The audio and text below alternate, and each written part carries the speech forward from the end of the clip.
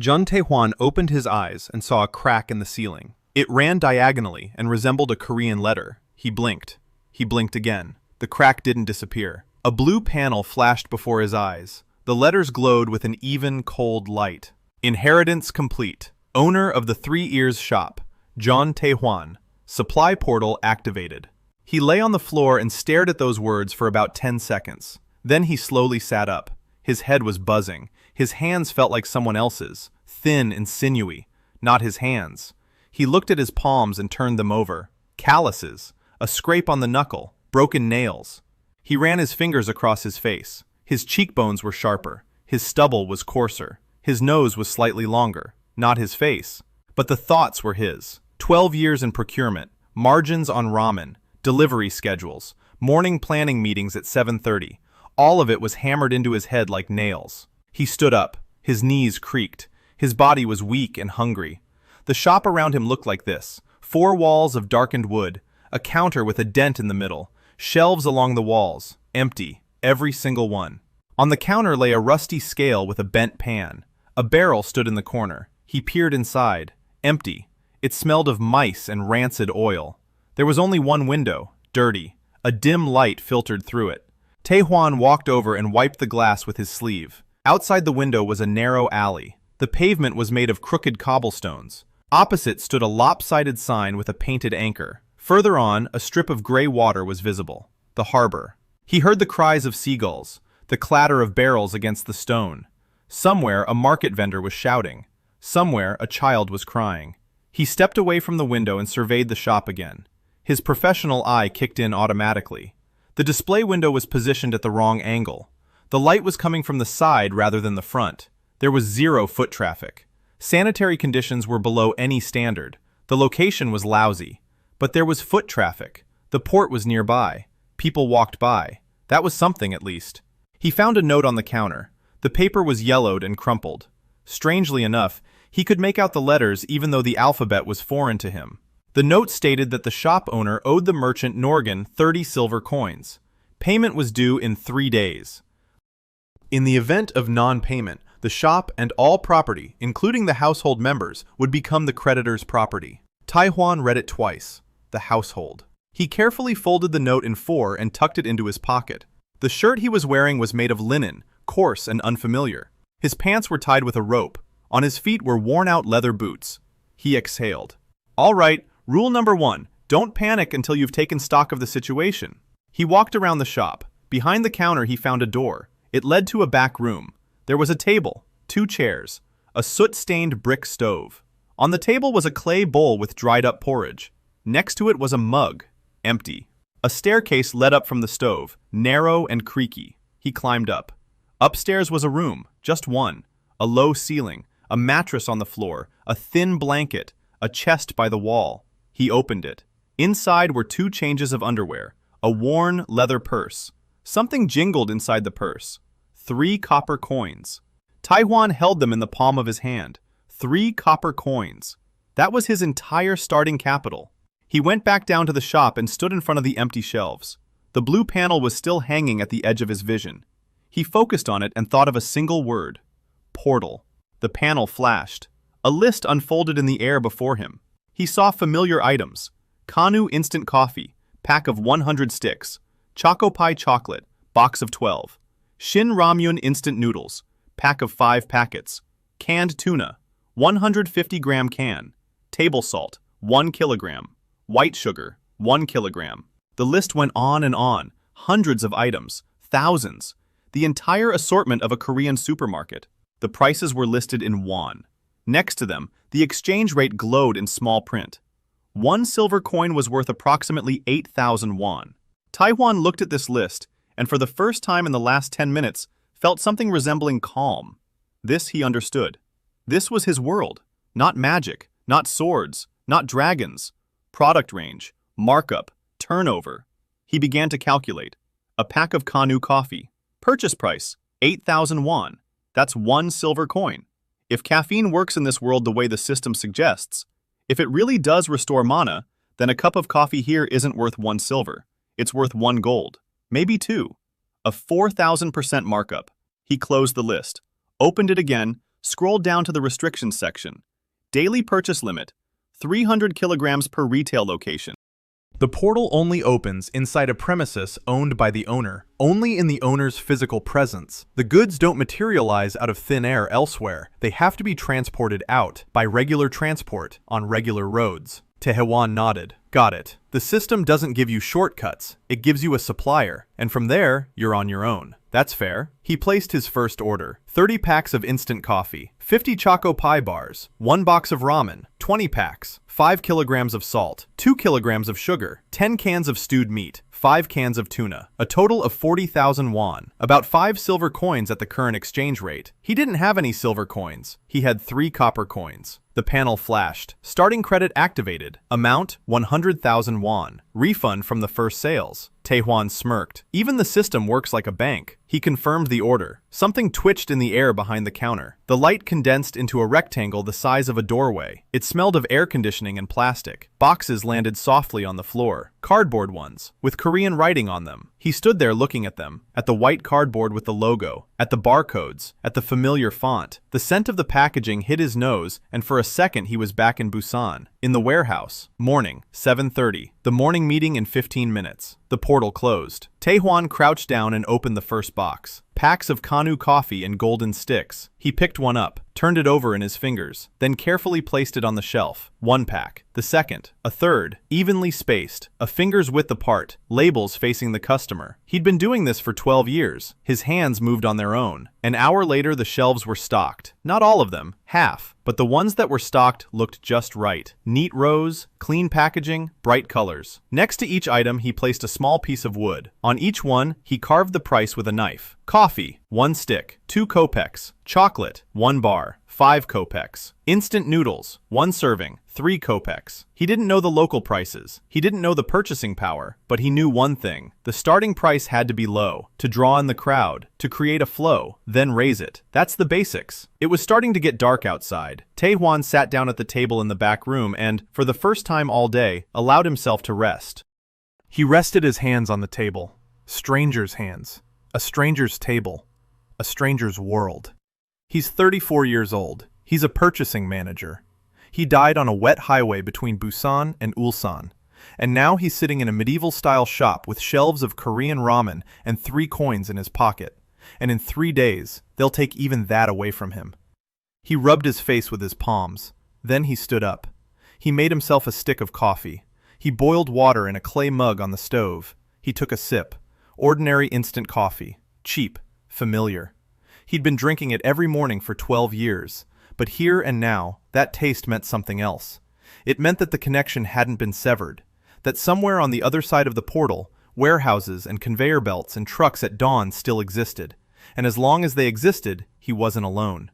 He finished his coffee. He washed the mug. He wiped his hands. And then he heard footsteps. Light ones. Cautious. Someone was coming down the stairs from above. Tae-hwan turned around. A woman was standing in the doorway. Thin. Short. Her hair was pulled back into a tight bun at the nape of her neck. Her face was pale. Her eyes were downcast. Her hands were clasped in front of her. She was wearing a gray dress, washed until it was white at the elbows. She stared at the floor and said nothing. Tae-hwan looked at her. She stood the way people do when they're used to waiting for a blow. Her shoulders were hunched. Her chin was pressed against her chest. Her fingers had turned white from clenching. He remembered the note. The household members become the creditor's property. So that's who she is. A member of the household. He did the only thing that came to mind. He took out a second coffee stick, brewed some coffee, set the mug on the table, pushed it toward her. She looked up. Her eyes were filled with confusion. He said one word. Sit down. She didn't sit down. She looked at the mug as if it were a trap. Tae-hwan sat down himself. He picked up his mug. He took a sip, in silence. A minute later, she sat down on the edge of the chair. 2 minutes later, she took the mug in both hands. 3 minutes later, she took a sip. Her eyes widened. She held the mug and stared into it without looking away. Then she looked up at Tae-hwan. For the first time all evening, she looked him in the face. He said his name was Jeon Tae-hwan, that he was the new owner of this shop, that they would open tomorrow morning, and that he needed her help. She was silent for a long time. Then she quietly introduced herself. Sorin, the former owner's wife. According to city law and the customs of the merchant class, she had been transferred to the new owner along with the property. She said this in an even voice, without complaint, without reproach, as a matter of fact, like a line on an invoice. Tae-hwan clenched his jaw, then he relaxed it. Sorin woke him before dawn. She stood by the stairs and quietly told him that the water for washing was on the stove. Tae-hwan got up from the mattress. His body ached. His back wasn't used to the thin bedding on the bare planks. He washed his face. The water was warm. Sorin had already stoked the stove. On the table stood a bowl of something gray. He tasted it. Porridge made from plain grain. Tasteless, like soggy cardboard. He ate it all. Calories are calories. Then he went out to the shop. The shelves stood straight. Nothing had gone missing overnight. He checked the merchandise. Everything was in place. Tae-hwan turned to Sorin and asked how much food cost in Myrna. She began to list the prices. A loaf of black bread, 2 copper coins. A bowl of fish stew at the Harbor Tavern, 3 copper coins. A mug of beer, 2 copper coins. A pound of regular salt, 8 copper coins. A pinch of magical salt from the church's reserves, 1 silver coin. A piece of meat, for ordinary people, 10 copper coins, and only on holidays. Tae-hwan listened and kept track. A dock worker at the port earns 5 copper coins a day. A sailor gets between 10 and 20 after a voyage. A small merchant makes between 30 copper coins and 1 silver coin a day. 1 silver coin is worth 100 copper coins. 1 gold coin is worth 10 silver coins. He recalculated the prices on his shelves. A stick of coffee for 2 copper coins. That's cheaper than a mug of beer. A dock worker can afford it. But a dock worker doesn't know what coffee is. A dock worker doesn't know that this black liquid with a bitter smell can give him energy for the whole day. So he needs to try it. Tae-hwan brewed 5 sticks in a clay jug. He set the jug on the counter. Next to it, he placed 5 clay cups he'd found in the back room. He washed each one until they squeaked. Then he opened the shop door. The morning air was damp and smelled of fish. The alley was empty. But voices could already be heard from around the corner. The port was waking up. Tae-hwan stood in the doorway. He waited. An old man was the first to pass by. He was hunched over and wore a tattered jacket. He carried a sack on his shoulder. He didn't even glance at the shop. A boy of about 12 was the second to pass by. He was barefoot. He was running somewhere. A porter came next, broad-shouldered, his face red from the wind. Tae-hwan called out to him. He told him a new shop had opened, that today was the first day, and that the first cup was free. The porter stopped. He looked at him suspiciously. He peered inside. He saw shelves lined with brightly colored packages. He'd never seen anything like it. Colorful packs with unfamiliar letters, neat rows, a clean floor. He walked in. Tae-hwan poured him some coffee. The porter sniffed it. He grimaced. He took a sip. He coughed. He took a second sip. He paused. He looked into the cup. He looked at Tae-hwan. He took a third sip. He finished it. He stood there in silence for about 20 seconds. Then he said his hands had stopped shaking. He'd been hauling barrels since dawn, and by noon his hands always started to shake. But now they were steady, strong, just like in the morning. He asked how much another cup would cost. Tae-hwan said 2 copper coins. The porter pulled a handful of coins from his pocket. He picked out 2. He placed them on the counter. Tae-hwan poured him a second cup. The porter drank it slowly, with the expression of someone who had found something valuable and is afraid it will be taken away. Then he left. By 8 in the morning, 4 more people had come into the shop. A fisherman, 2 market vendors, and a young errand boy sent by one of the harbor shops. Tae-hwan gave each of them their first cup for free. Each bought a second one. One of the market vendors tried a choco pie. She unwrapped it skeptically, took a bite, froze, chewed slowly. She closed her eyes. Then she opened them and asked what it was. Tae-hwan said it was a sweet from a faraway country. It cost 5 copper coins. The vendor silently bought 3 of them. She wrapped them in a handkerchief and tucked them into her bosom. Tae-hwan recognized that gesture. It wasn't for herself. It was for the children. By noon, the cash register showed 23 copper coins, not silver. But for the first day in a dead-end shop on the outskirts of the port, it was a decent amount. Sorin stood behind the counter and looked at the coins. She counted them twice. Then she looked at Tae-hwan. She said that the previous owner used to make 15 on his best days. And he had merchandise, familiar, easy to understand. But Tae-hwan was selling mysterious black water and sweet pastries in crinkly wrappers, and people were buying them. Tae-hwan nodded. He said there'd be more tomorrow, because today's customers will tell others. It's called word of mouth, the cheapest marketing in the world. After noon, a different kind of person walked in. Not a porter or a vendor, a man in his 40s, short, wearing a sturdy doublet, with a ring on his finger. He looked around the shop. He examined the shelves. He picked up a pack of coffee. He turned it over in his hands. He sniffed it. Then he looked at Tae-hwan and asked where the goods came from. Tae-hwan replied that they were from distant lands, an exclusive supply channel. The man grunted. He introduced himself. Gilmore, secretary to the merchant Norgan, the very same Norgan who holds the shop's debt. Gilmore said he'd come to assess the value of the property before confiscation. In 2 days. He examined the goods on the shelves, felt the packaging, sniffed a coffee stick, asked what kind of junk this was and who would buy it. Tae-hwan silently poured him a cup. Gilmore looked at the black liquid skeptically, but he drank it. A bureaucrat's habit. Never turn down a free drink. A minute later, he set the cup down. He was silent for a moment. Then he said he'd had a headache since that morning. It had been 3 weeks now. Every morning. The local doctor says it's magical exhaustion from working with accounting seals. Treatment costs half a silver coin per session, and right now, his head doesn't hurt. He looked at Tae-hwan intently, with a different look. Tae-hwan smiled. He said that a cup like this costs 2 copper coins. That merchant Norgan surely has a headache too. That 3 days is enough time to earn 30 silver coins. And that confiscating a thriving shop that brings in money is like killing the goose that lays the golden eggs. Gilmore remained silent. Tae-hwan pulled a pack of coffee from under the counter. He held it out. He said it was a gift for merchant Norgan, with regards from the new owner of the 3 ears. Gilmore took the pack, turned it over in his hands, put it in his bag, and left without saying goodbye. Sorin was standing in the doorway of the back room. Her face was pale. She said that Tae-hwan had just given away merchandise for free to a man who'd come to rob them. Tae-hwan replied that he hadn't given away merchandise, but a sample.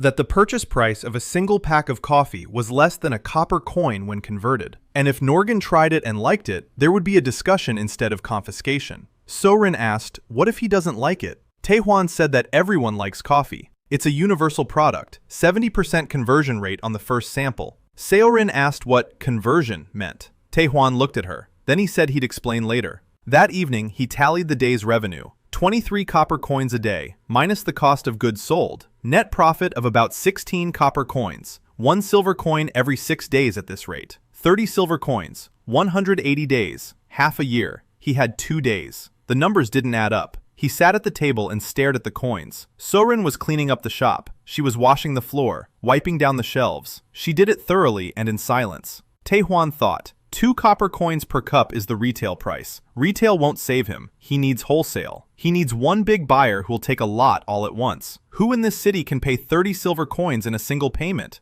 A nobleman, a soldier, the church, a wealthy merchant. Which of them would come to a dirty shop on the outskirts of the port? No one. So the information needs to reach them. He needs an opportunity. He needs someone who will try it and spread the word. He needs that dock worker with steady hands. He needs that market vendor with 3 choco pies tucked under her arm. He needs Gilmore with his headache. He needs time, which we don't have. Tae-hwan closed his eyes, opened them, looked at the blue panel in his peripheral vision, scrolled through the list of goods, stopped at one item. Table salt, fine-grained, iodized. Purchase, 1,000 won per kilogram, 1/8 of a silver coin. The market price of regular salt in Myrna, 8 copper coins per pound. The market price of magical salt from the church's reserves, 1 silver coin per pinch. He recalled Sorin's words. A pinch of magical salt is passed down as a dowry. Earth salt, pure, fine-grained, iodized. It's not magical by earthly standards, but in this world, a world where ordinary food is bland and lifeless, where all mana is contained in produce from enclosed gardens, earth salt, with its trace elements and purity, might turn out to be something in between. Not magical, but not lifeless either. Better than the local ordinary salt, cheaper than the local magical salt. The perfect loss leader. The very product they place at the entrance to lure customers inside.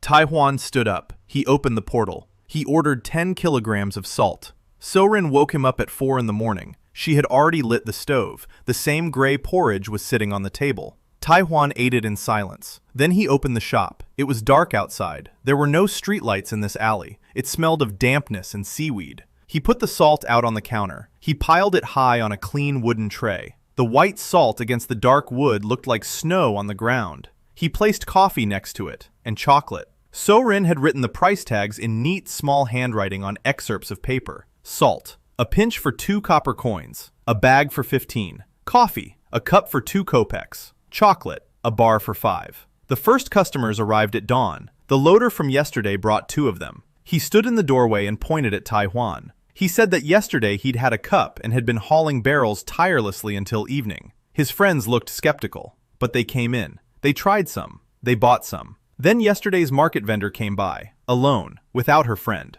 She asked if there were any more of those sweets. Tae-hwan gave her a choco pie. She bought 5 of them, 25 coins, the biggest retail purchase in 2 days. Tae-hwan asked why she needed so many. She replied that she'd given one to the children yesterday. They ate it and fell asleep. For the first time in a month, they slept through the night without waking up from hunger. Tae-hwan nodded. He made a mental note. Chocolate, sugar, and cocoa. A calming effect. Improved sleep. It's not mana regeneration like coffee. It's a different effect. Gentle. Every day. For children and the elderly. A different target audience. By 9 in the morning, the market vendors had heard about the salt. The first one walked in by chance. She saw a white mound on the counter. She tasted it. She left. She returned 10 minutes later with 3 friends. They took turns tasting it. They whispered among themselves. They looked at Tae-hwan as if he were a magician. One asked where the salt came from. He replied that it was from distant lands, a private supplier. Quantities were limited. The word limited was the key. Tae-hwan knew that. Scarcity creates demand.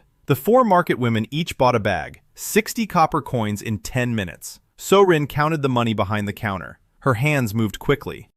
She sorted the coins by denomination, copper coins in one pile. Then she recounted them. By noon, the takings totaled 112 copper coins, more than a silver coin's worth, in just half a day. Tae-hwan stood behind the counter and served customers. He bowed to each one. He thanked each one for their purchase. He explained to each one what the product was, how to brew coffee, how to store chocolate, how much salt to put in soup. So-rin watched this with an expression of quiet astonishment. The previous owner used to sit behind the counter and wait for customers to come in. This one is on his feet. He bows. He smiles. He calls everyone a valued customer. She had never seen anything like it. Later that afternoon, the moment Tae-hwan had been waiting for finally arrived. A man appeared in the doorway. Old, large, once large, now he was shriveled. His skin hung in folds over his former muscles. His face was gray. His eyes were cloudy, with red veins in the whites. He smelled of booze and something sour. His shirt was dirty. His pants were patched. His boots were worn through. He stepped inside and stopped. He looked around the shop. His eyes lingered on the shelves, on the brightly colored packages. He blinked. Then he looked at Tae-hwan. In a hoarse voice, he asked if the owner knew where he could scrape together a few coins for a drink. So-rin tensed up behind the counter. Tae-hwan looked at the man, at his hands, large, with gnarled fingers. His right hand was missing a pinky. On his left hand, a scar ran from his wrist to his elbow. An old scar, straight, a battle scar. Tae-hwan had seen scars like that in Korean movies and documentaries, but here it was real. The man standing before him was a soldier, long ago, in another life. Tae-hwan didn't give him any money. Instead, he put the kettle on the stove. He brewed coffee, not from a carafe, but fresh, 1 stick per cup. He added 2 spoonfuls of sugar. Then he took a choco pie off the shelf. He broke it in half, placed it next to the cup, set it all on the counter in front of the old man. He said it was on the house. Give it a try. If you don't like it, you can leave. No hard feelings. The old man looked at the cup, at the brown liquid, at the half choco pie with white filling. He hesitated. Then he picked up the cup. His hands were shaking, badly. The liquid sloshed against the edges. He raised the cup to his mouth, took a sip, set the cup down, closed his eyes, took a second sip.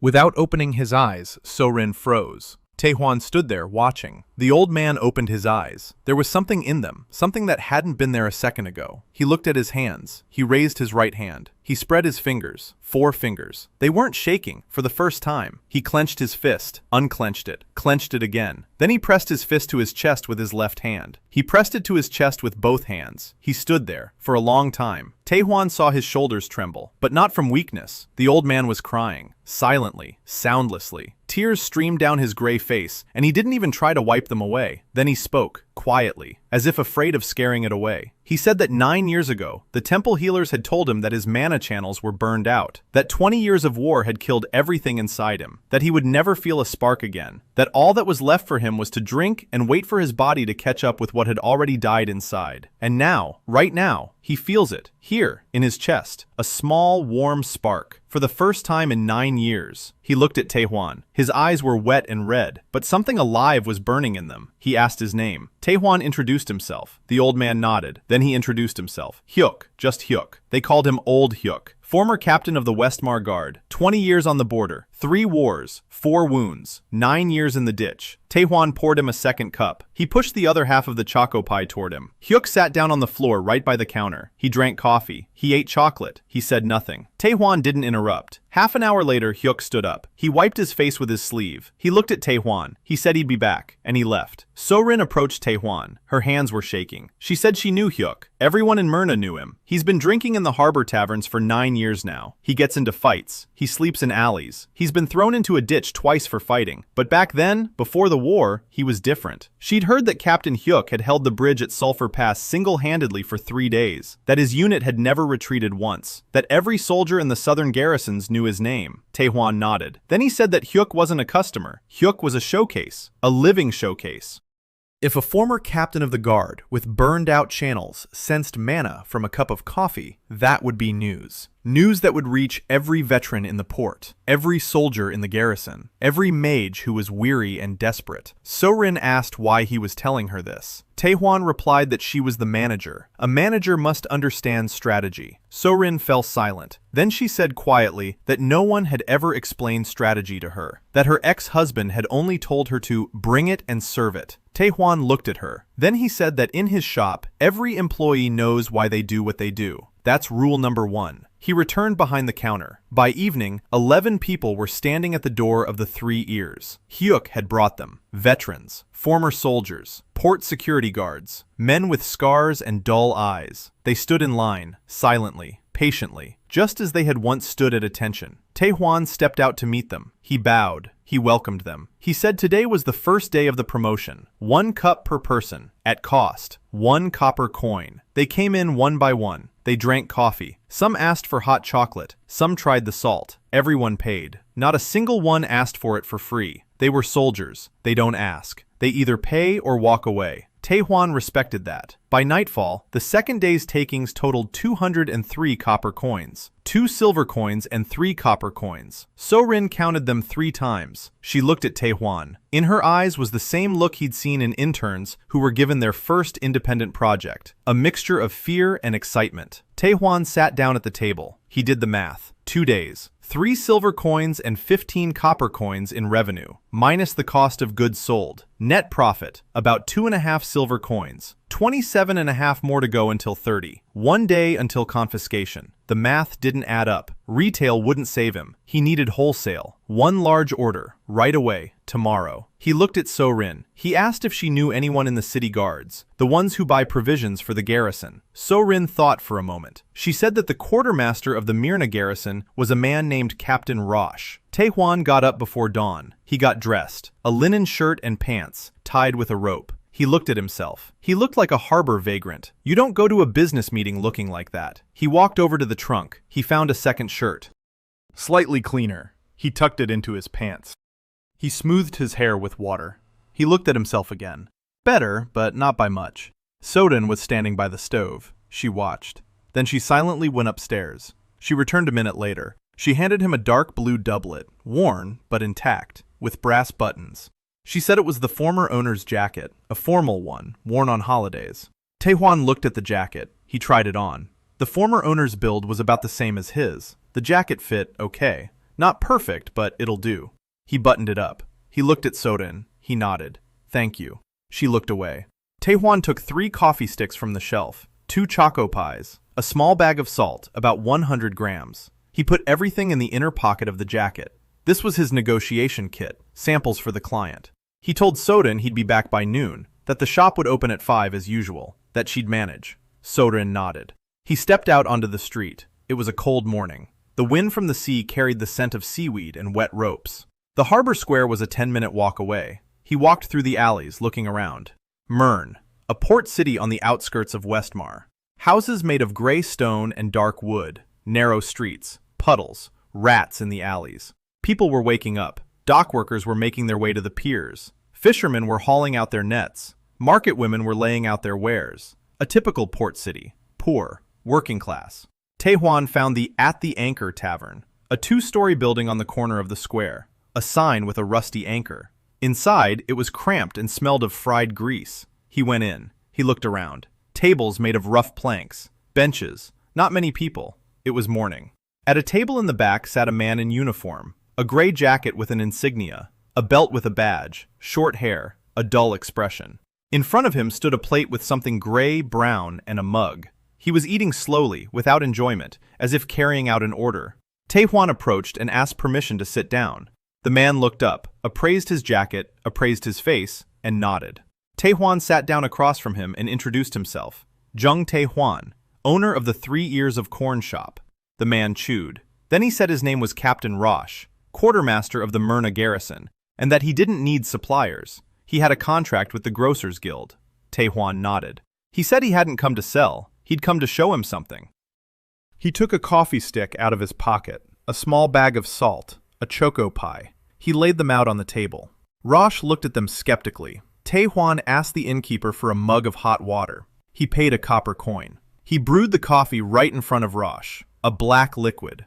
The aroma wafted through the tavern. 2 men at the next table turned their heads. Tae-hwan pushed the mug toward Rosh. He said, "Try it." Rosh looked at the mug, then at Tae-hwan. He took the mug, sniffed it, grimaced, took a sip, set it down, was silent for a moment, took a second sip, a long one. He set the mug down. He looked at his hands. He rubbed his palms together. Tae-hwan watched. Rosh said he hadn't slept well for the past 3 nights. Reports, audits. His head felt heavy, but now it was as if he'd woken up. For real. Tae-hwan nodded. Then he opened a small bag of salt. He poured a pinch onto the edge of Rosh's plate, next to his gray-brown food. He said it was salt. Try it with your food. Rosh dipped his finger in the salt. He licked it. His eyebrows rose. He picked up a spoon, scooped up some porridge, sprinkled salt on it, ate it. He scooped up some more, sprinkled salt on it, ate it. He finished the entire plate in a minute, the same plate he'd been picking at listlessly just moments before. Then he pushed the plate away and looked at Tae-hwan with new eyes. He asked what else he had. Tae-hwan unwrapped a choco pie. He broke it in half. He held out half. Rosh took a bite. He chewed. He swallowed. He took another bite. He finished it. He licked his fingers. Then he said that in 12 years of service, he'd never eaten anything like it, and that his soldiers hadn't either. Tae-hwan leaned forward. The negotiations were about to begin. He spoke calmly and deliberately, as if in a meeting with a regional manager of a retail chain. He said he had a supply channel, a stable one with consistent quality. The volume was limited, but it would be enough for a single garrison. He proposed a trial contract. For 1 month. Daily delivery to a garrison of 100 men. Morning rations. 1 cup of coffee. 1 serving of ramen. A pinch of salt. Per soldier. Price. 20 silver coins a month. Rosh did the math in his head. 20 silver coins. His current food budget was 30 a month, a savings of 10 silver coins. But he didn't know this supplier. He didn't know what kind of goods they were. He didn't know where they came from. Rosh said he couldn't sign a contract with an unfamiliar merchant. He needed a recommendation from the guy. He needs a license. He needs an inspection. Tae-hwan was prepared for this. He took out a second coffee stick, brewed it, set it down in front of Rosh. He said he understood. Bureaucracy is bureaucracy. That's why he's offering not a contract, but a test, free of charge. Tomorrow morning, he'll deliver coffee and ramen for 10 people to the barracks of the Manhwa garrison, free of charge. Rosh chooses 10 soldiers. They'll have it for breakfast. Then Rosh will evaluate the results. If, after breakfast, the soldiers work better, stand guard longer, and get less tired, then they'll talk about a contract. If not, Tae-hwan will leave and won't bother him anymore. Rosh was silent. He drank his second cup of coffee. He thought. Then he said that getting something for free was suspicious. People who give things away for free usually want too much in return later. Tae-hwan smiled. He said he wanted exactly one thing, for Rosh to come to him in a week with a contract, because his soldiers wouldn't want to go back to eating that gray porridge.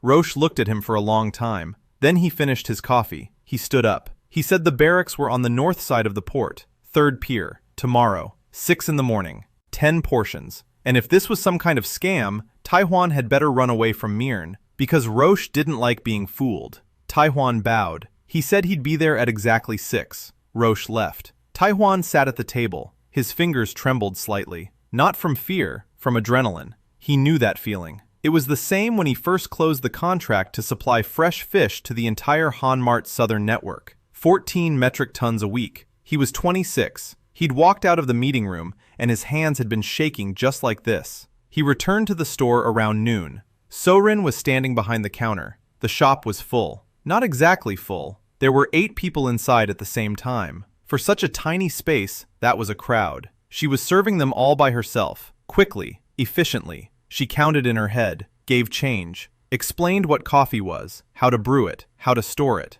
Tae-hwan stood in the doorway and watched. She was handling it well. When the last customer left, Sorin looked up at him. She exhaled. She said that the morning's takings were 138 coins. Tae-hwan nodded. Good. Then he told her about Roche.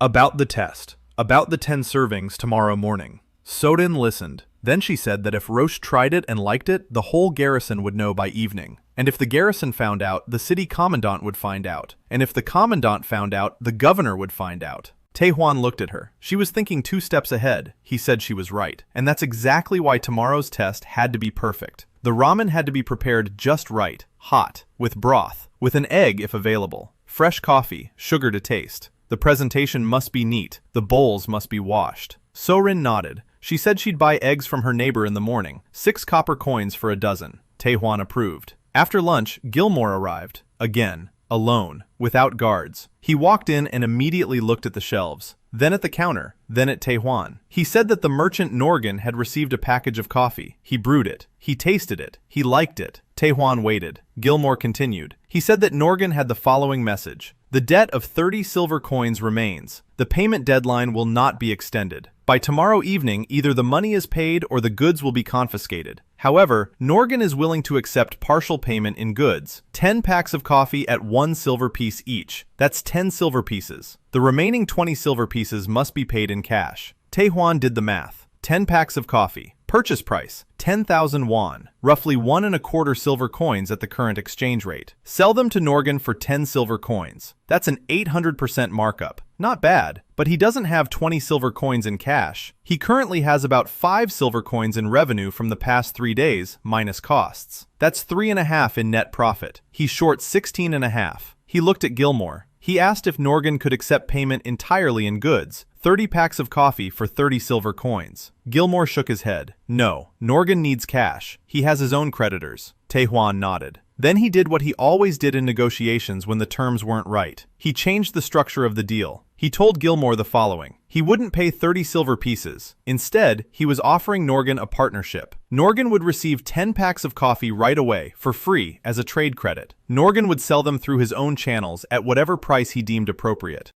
The profit would go entirely to Norgan.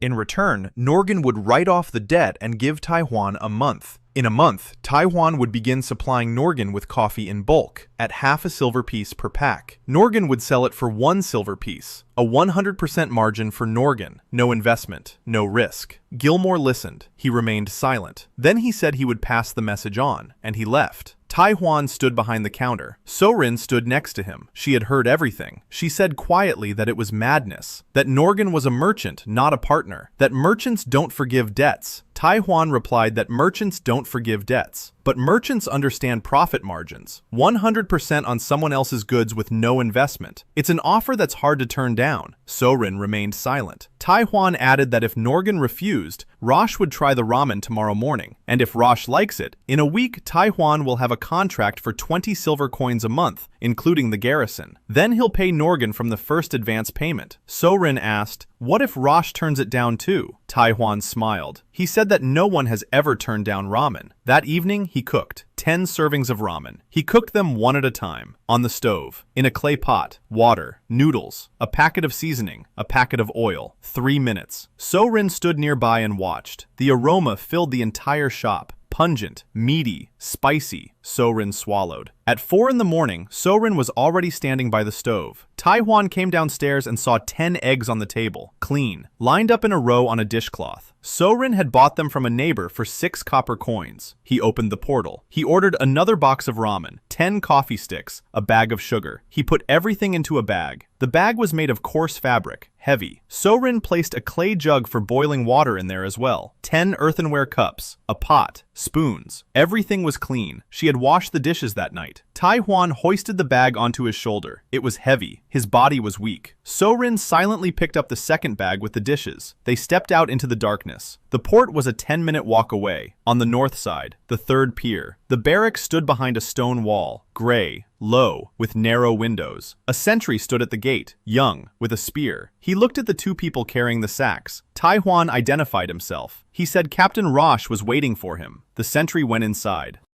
5 minutes later, Rosh came out, in uniform, his face sleepy. He looked at the sacks, nodded, led them into the courtyard. The courtyard was made of packed earth. In the center stood a long wooden bench, something like a dining table. Rosh whistled. 10 soldiers emerged from the barracks, young, sleepy, in uniform. Some were yawning. They lined up by the table, out of habit. Rosh said there would be a different breakfast that morning, a trial run. The soldiers exchanged glances. Tae-hwan worked quickly. So-rin lit a fire in the barracks hearth. The water came to a boil. Tae-hwan cooked ramen in batches, 2 bowls at a time. The pot was small. Water, noodles, spices. 3 minutes. Scoop into a bowl, an egg on top. He cracked the egg right into the boiling broth. The white set. The yolk remained runny. Next to him, So-rin was brewing coffee. 1 stick per cup. Boiling water, sugar, stir. The first 2 bowls were placed in front of the first 2 soldiers. They watched. Noodles in red broth, an egg on top. Steam rose. The smell was so strong that the other 8 people leaned forward. The first soldier picked up a spoon. He scooped up some broth. He tasted it. His eyes widened. He scooped up more and more. The second soldier didn't wait. He leaned over the bowl and began to eat. Quickly, greedily, noisily. 5 minutes later, the first 2 bowls were empty, licked clean. The soldiers sat and stared at the empty bowls with the expression of people who had lost something valuable. Then the first one turned to Rosh. He said 1 word.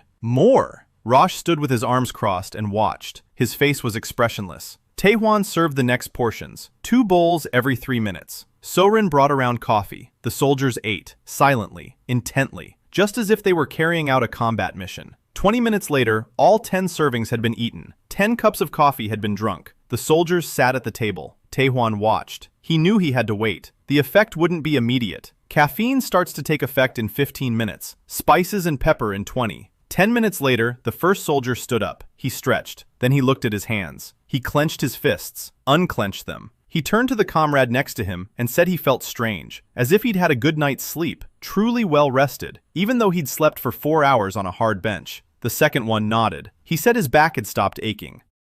The third said he felt warm, not from the food, from the inside.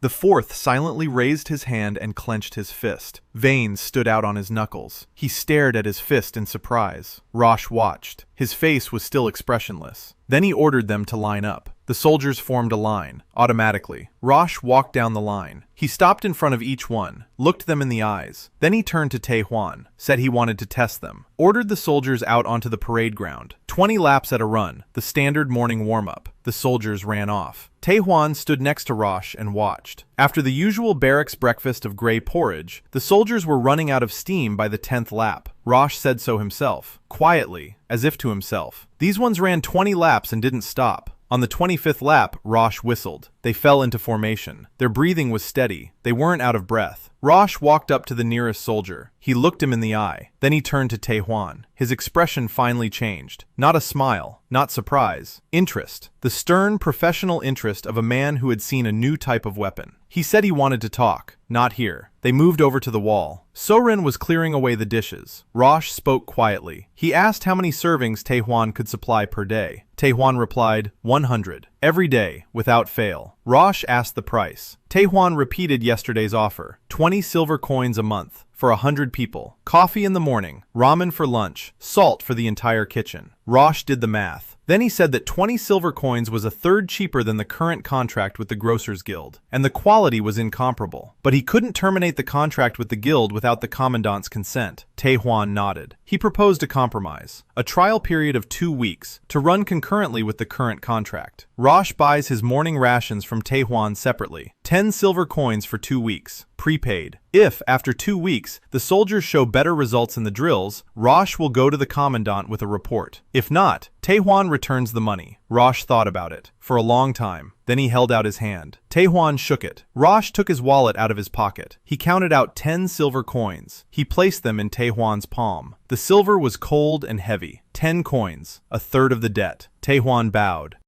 He said the first delivery would be tomorrow at 6 in the morning, every day, without fail. Rosh nodded. He walked back to the soldiers. Tae-hwan and So-rin walked back to the shop. The sacks were empty, light. Tae-hwan carried the 10 silver coins in his pocket. So-rin walked beside him. She was silent. Then she said that in 3 days he had accomplished what the previous owner hadn't been able to do in 3 years. Tae-hwan shook his head. He said he hadn't done anything. He'd simply let people try it. The product sells itself. So-rin looked at him. In her eyes was that expression he'd seen in people when they began to believe, not in God, not in a miracle, but in a specific person. They returned to the shop. People were standing at the door, 5 of them, waiting for it to open. Tae-hwan opened the door, bowed, and said, "Welcome." So-rin stood behind the counter. The workday had begun. Around noon, Gilmore arrived. For the 3rd time. His face looked different, not bored or judgmental, but surprised.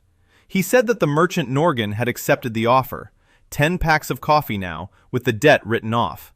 In a month, wholesale deliveries would begin at half a silver coin per pack. Norgan had one condition: exclusivity. He's the only wholesale buyer of coffee in Mern. Tae-hwan thought for 3 seconds. Exclusivity in one city, not for the entire chain. Not for all products. Only coffee. Only Mern. That's acceptable. He nodded. He pulled 10 packs of Kanu coffee from under the counter. He put them in a bag. He handed it to Gilmore. Gilmore took it. He placed a document on the counter, a stamped piece of paper confirming the debt write-off. Tae-hwan read it. Everything was correct. 30 silver coins, written off in full. In exchange, a merchandise credit and a contract for future deliveries. He signed it.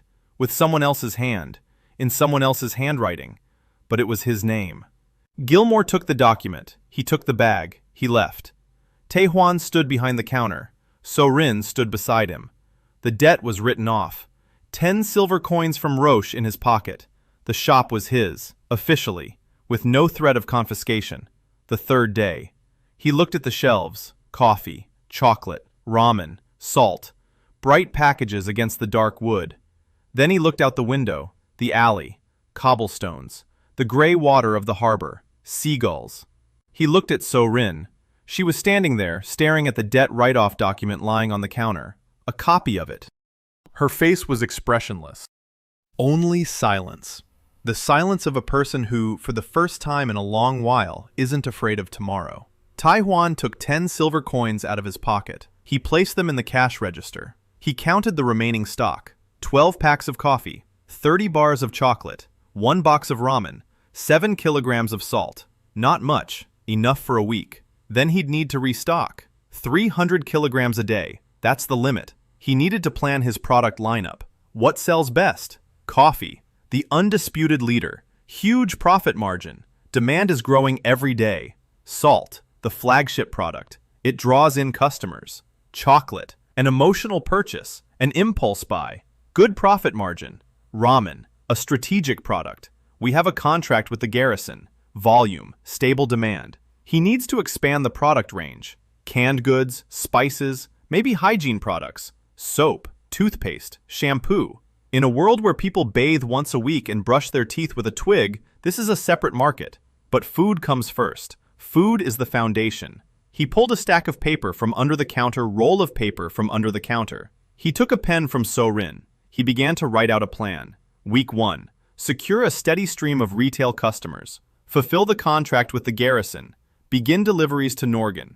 Week 2. Expand the product range. Add canned goods. Tuna, beef stew, spices, pepper, turmeric. Week 3. Hire a second salesperson, so Rin can't work 16 hours a day. Week 4. Take stock of the first month. Calculate turnover, margin, net profit. Draw up a plan for the second month. As he wrote, he felt something fall into place inside him. This was what he was good at. Plan, calculate, build. Not with a sword, not with magic, with a spreadsheet, a graph, an assortment matrix.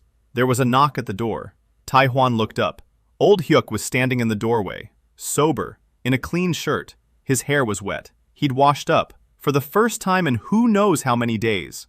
He stood up straight, not slouching, shoulders back. There was no cloudiness in his eyes. He looked at Tae-hwan. He said he hadn't come for coffee. He'd come to work. Tae-hwan looked at him. At the former captain of the guard.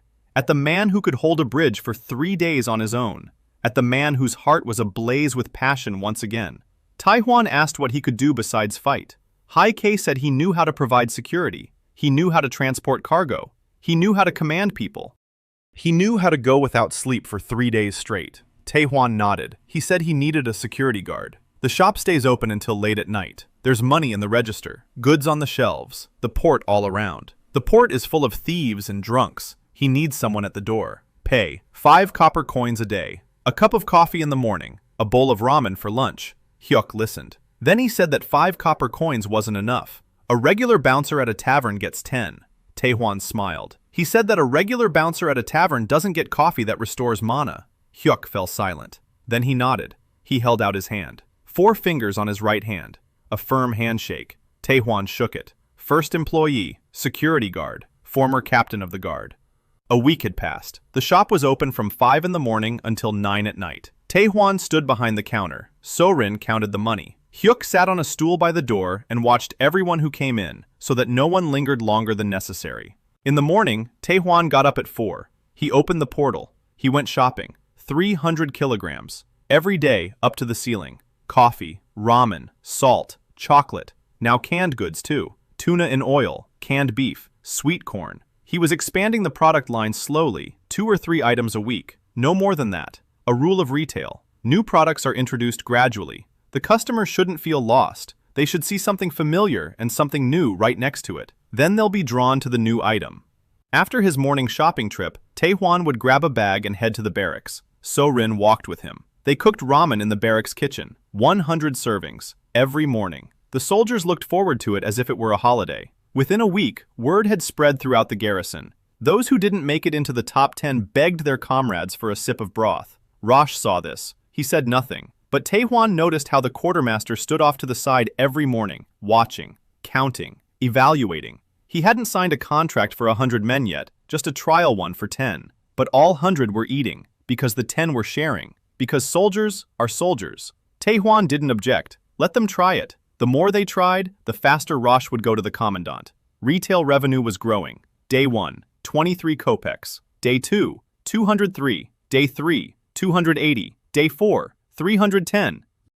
Day 5, 400. Day 6, 450. Day 7, 520. The curve was rising, steadily, without dips. Word of mouth was spreading. Porters told other porters. Market women told other market women. Fishermen told other fishermen. By the end of the first week, people from the other end of Myrna were coming into the shop. They'd heard about the black drink that makes headaches go away. About the white salt that's purer than church salt. About the candies in crinkly wrappers that make kids sleep through the night. Tae-hwan served everyone. He bows. He smiled. He called them esteemed customers. He explained. He demonstrated. He let them try samples. The first cup of coffee was free. He never broke that rule. The conversion rate after a free sample was 80%. 8 out of 10 people bought something. Sorin kept track of the numbers. Every evening she sat down at the table and wrote down the numbers in neat handwriting. Revenue, expenses, profit, balances. Tae-hwan had taught her the format. Date, item, quantity, price. Total. She picked it up quickly. He could see her doing the math in her head, faster than he'd expected. The daughter of an aristocrat. An education. Even an impoverished aristocrat taught his daughter to count. On the 8th day, what Tae-hwan had been waiting for happened, and what he had feared. A man he had never seen before walked into the shop. Tall, thin, wearing a travel coat, hood thrown back, a sharp face. His eyes were quick. He scanned the shop in 3 seconds. The shelves, the merchandise, the cash register, So-rin, Hyuk by the door, and Tae-hwan himself. Then he approached the counter. Not like a customer, like an inspector. He picked up a pack of coffee, turned it over, sniffed it, put it back. He picked up a can of tuna, examined it, tapped the tin lid with his fingernail, put it back. Then he looked at Tae-hwan and asked where the merchandise came from. His voice was even, emotionless. Tae-hwan answered as he always did. The Far Lands, a private supply channel. The man nodded. He asked if they had a trade guild license. Tae-hwan replied that the license was in the process of being issued. The man nodded again. He asked if the goods bore the seal of the church's blessing. Tae-hwan felt a chill in his stomach. A seal of the church's blessing. He didn't know what that was, but from the tone of the question he realized it was important. He replied that there was no seal.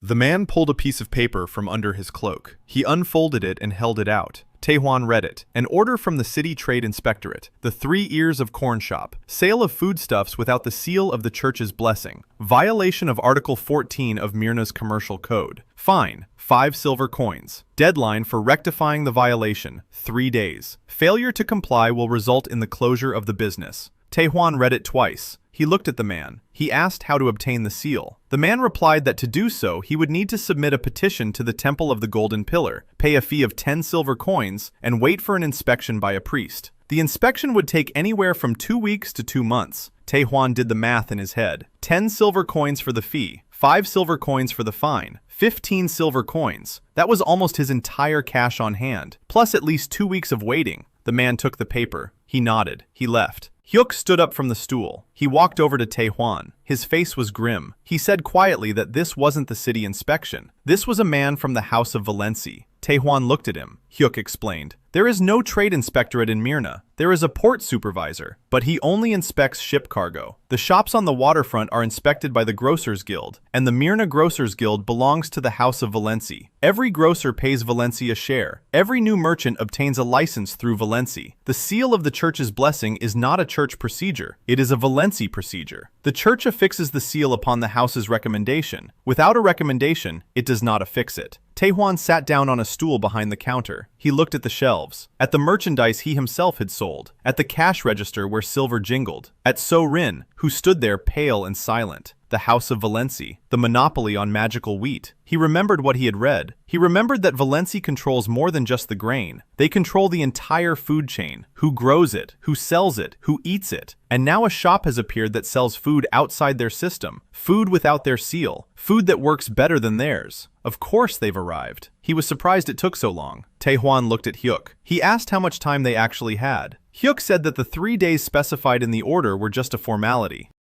In reality, they'd arrive in a week, with mercenaries, or in 2. It depended on how quickly the information reached the capital. Myrn is on the outskirts. Valency won't waste resources on a small shop if it stays small. But if it continues to grow... Tae-hwan nodded. He understood. He had a window of opportunity. A week, maybe 2. During that time, he needed to become big enough that it would be difficult to crush him. Or find a patron whom Valency would be afraid to touch. Or both. He stood up. He walked over to the shelf. He picked up a pack of coffee. He twirled it between his fingers. Then he turned to So-rin. He asked if she knew anyone at the Temple of the Golden Colossus in Myrna, personally. So-rin thought for a moment. She said that the junior priest at the Temple of Myrna was a man named Brother Laurent. She was 14 when he taught her to read the Psalms at Sunday school. He's kind, but weak. He doesn't make any decisions. The abbot makes them. And the abbot is appointed by the House of Valency. Tae-hwan nodded. A dead end from above, so they'd have to go around the side. He looked at Hyuk. He asked if there was anyone in Myrna whom the Valency didn't control. Hyuk smirked. For the first time ever, the smirk was crooked and joyless. He said there was one person, the port commander, Baron Garst, a former military man, appointed by the crown, not by the guild, not by the house, by the crown. He hates the Valency because they've tried to bribe him 3 times, and 3 times he's refused. Not out of principle, out of pride. He's too proud to take money from merchants. Tae-hwan asked what Baron Garst liked. Hyuk thought for a moment. He said the Baron liked good food. The problem was that there was no good food in Myrna. Tae-hwan smiled. That evening he cooked. Not ramen, something else. He opened a portal and ordered items he hadn't bought before. Rice, sesame oil, soy sauce, dried seaweed, vacuum-sealed kimchi, egg noodles, and stewed pork. He made kimchi jjigae, pork stew with kimchi, a recipe every Korean knows. A thick red broth, chunks of meat, sour cabbage. He substituted scrambled eggs for the tofu. The aroma filled the shop. So-rin stood nearby and watched.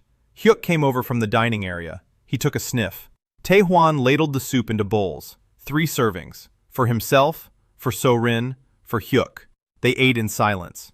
Hyuk finished first. He looked at his empty bowl, then at Tae-hwan. He said that if they'd given him this in the army, he would have fought for another 20 years. Tae-hwan nodded. Then he said that tomorrow morning, Hyuk would take a pot of this dish to Baron Garst, with a note. Dear Baron, the humble merchant Jeon Tae-hwan asks for the honor of treating you to breakfast. If you like it, the merchant will be waiting for you at his shop, 3 ears of corn, on Old Alley, at any time convenient for you. Hyuk looked at him. Then he nodded. The next morning, Hyuk left with the pot at 4. He returned at 7, with an empty pot. He said the Baron was at the barracks, that the guards wouldn't let him in.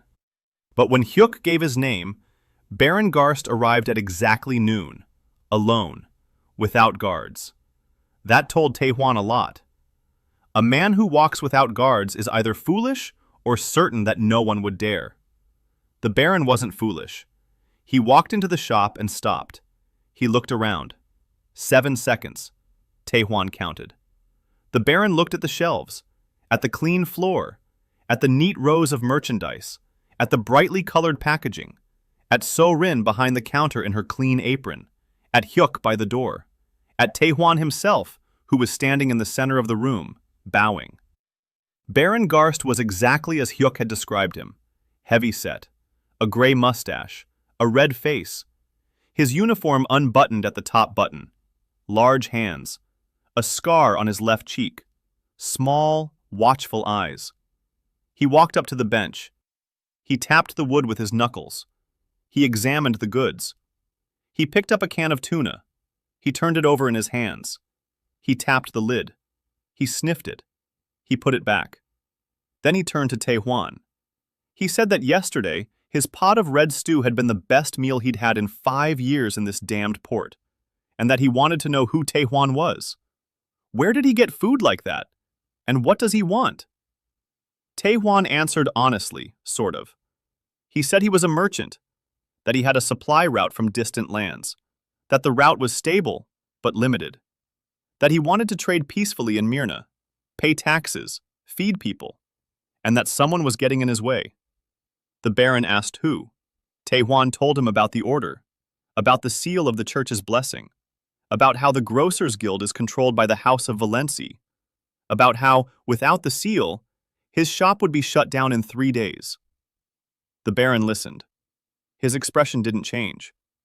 Then he said he knew about Valency, that Valency had half of Myrna by the throat, that the other half is controlled by the Fishmongers Guild, which also pays the Valensis, and that he, Baron Garst, had been appointed by the crown precisely so that the crown would have at least one person in Myrna whom the Valensis hadn't bought off. But the seal wasn't under his jurisdiction. That was the church's domain, and the church in Myrna was led by Abbot Ferg, and Ferg was a man of the Valensis. Tae-hwan nodded. He said he understood, and that he wasn't asking the Baron to interfere in the affairs of the church. He was asking for something else. He was asking the Baron to grant him the status of a military supplier. The Baron raised his eyebrows. Tae-hwan explained. A military supplier. According to the Westmar Charter, a supplier with a contract with a crown garrison receives the status of a protected merchant. His shop is considered part of the military infrastructure. The guild cannot require him to have a license. They cannot demand a seal. Only a military court can shut down his shop, and only by order of the commandant, that is, Baron Garst. The Baron looked at him for a long time. Then he asked how a port merchant knew the statutes of Westmar. Tae-hwan said that his manager, So-rin, was the daughter of a minor aristocrat and knew the laws better than many lawyers. So-rin stood behind the counter. Her face was calm. She nodded. The Baron looked at her, then back at Tae-hwan. Then he laughed, loudly, for the first time during the entire conversation. He said that in 5 years in Myrna, not a single merchant had thought of this. Everyone crawls on their knees before Valency, but this one found a loophole in the statutes. Then he stopped laughing. He grew serious. He said that he could grant the status of a military supplier status, but for that, he needed a contract with the garrison, an official one, not a trial contract, a full one, for the entire garrison, 100 men. Tae-hwan said he had a trial contract with Captain Roche for 2 weeks. A week had already passed. The results were excellent. The Baron said he knew. Roche had reported to him. The soldiers on the new rations had shown their best results in morning drills in the past year. They run faster. They stand guard longer. They get sick less often. Roche wants a full contract but is waiting for the Baron's approval. The Baron looked at Tae-hwan. Then he said approval would be granted, but he had one condition. Tae-hwan waited.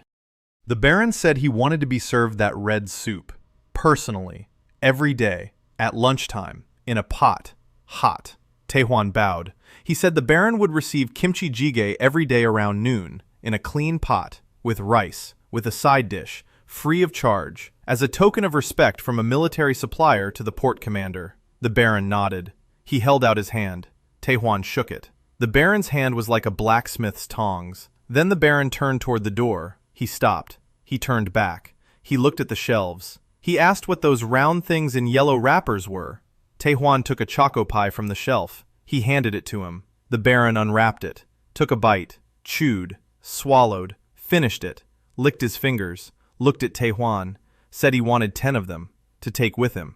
Tae-hwan packed them up. The Baron paid. 50 copper coins, half a silver coin. He didn't haggle. He left. Tae-hwan closed the door. He turned to So-rin.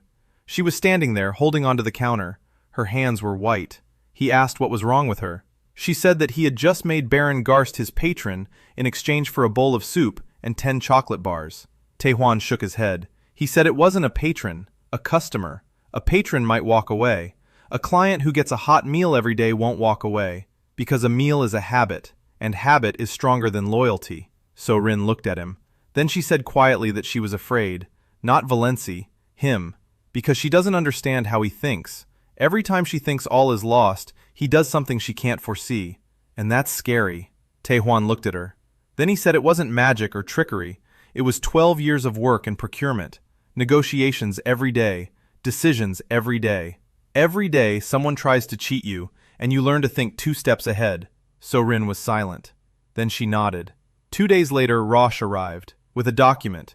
An official contract to supply provisions for the Myrna garrison, 100 men, 30 silver coins a month, breakfast and lunch rations, signed by Captain Roche, sealed with Baron Garst's seal. Tae-hwan signed it. So-rin authenticated it with her seal as co-owner. Roche paid in advance, 15 silver coins, half of the monthly contract. Tae-hwan put the money in the cash box, 15 silver coins, plus 10 from the trial contract, plus the proceeds from 10 days of retail sales.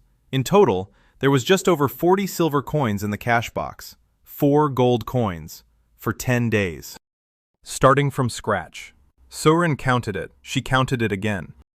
Then she sat down on a stool and sat there in silence for a long time. Tae-hwan didn't disturb her. He knew what those numbers meant to her. For a woman who had been feeding her husband porridge made from flour dust for the past year. The next day, Tae-hwan started looking for a second sales clerk. So-rin worked 16 hours a day. She didn't complain, but he saw the dark circles under her eyes. He saw how she dropped coins in the evening because her fingers wouldn't obey her.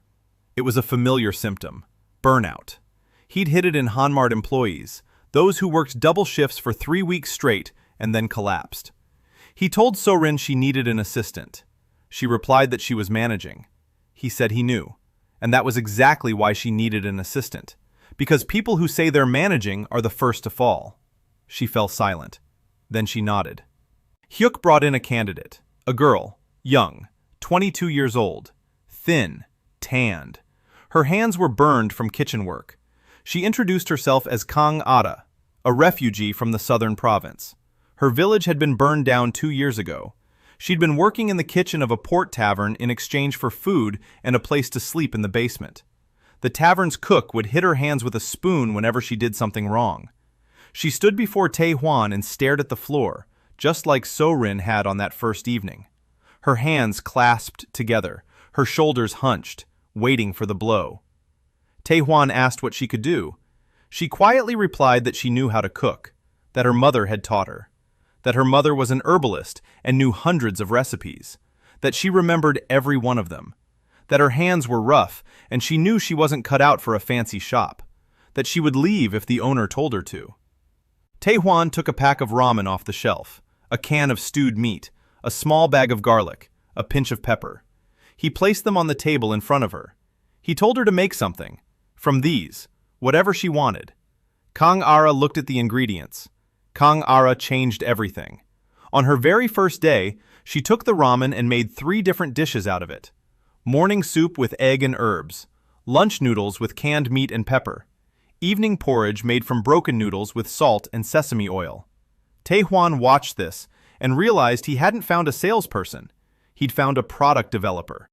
At Hanmart, there was an entire department dedicated to doing exactly the same thing. You take a basic ingredient, you create a product line. Breakfast, lunch, dinner, different prices, different target audiences. Kang Ara did this intuitively. No formal education, no training, just her hands. On the second day, she found local mushrooms at the market. Small, gray, almost tasteless. Locals hardly ever ate them. She marinated them in soy sauce overnight. In the morning, she sautéed them with sesame oil and garlic. The result was an appetizer that Hyuk devoured in a minute and asked for more. On the third day, she mixed local fish with kimchi paste and rice. The result was something similar to kimchi pokbap. Tae-hwan ate and thought, this is it. Not just selling Korean products, but hybrid cuisine. Local ingredients plus earth spices and techniques. The cost is lower because half the ingredients are local. The flavor is unique. It's impossible to replicate without local ingredients. That's the competitive advantage that can't be taken away. He spoke with Kang Ara that evening. He told her he wanted her to develop a menu, 5 dishes, simple ones, made with affordable ingredients, both local and from Earth, that can be prepared quickly and in large quantities. For soldiers, for porters, for market vendors, for children, for sick elderly people. Kang Ara listened. Her eyes sparkled. Then she quietly asked why he needed so many dishes. Tae-hwan replied that right now he's selling food products, raw ingredients, coffee in bags, ramen in packages. People buy them and cook for themselves. But not everyone knows how to cook. Not everyone has an oven. Not everyone has the time. The next step is ready-to-eat meals. Pre-portioned, in bowls. To go. Like in Korean kimbap jjanguk places. Small eateries where, for 3,000 won, you get a hot bowl of food and walk away. Cheap. Fast. Delicious. And Ara was silent. Then she said she'd spent her whole life cooking for her employers, following their recipes, by their rules. No one had ever asked her what she wanted to cook. Tae-hwan said that now they do ask. Kang Ara nodded. The next morning she got up at 3 o'clock. When Tae-hwan came downstairs at 4, there were 5 bowls on the table. 5 dishes. Each was labeled on a scrap of paper in neat, uneven handwriting. Morning rice soup with egg and greens. Fish porridge with kimchi and noodles with meat and mushrooms in a spicy broth.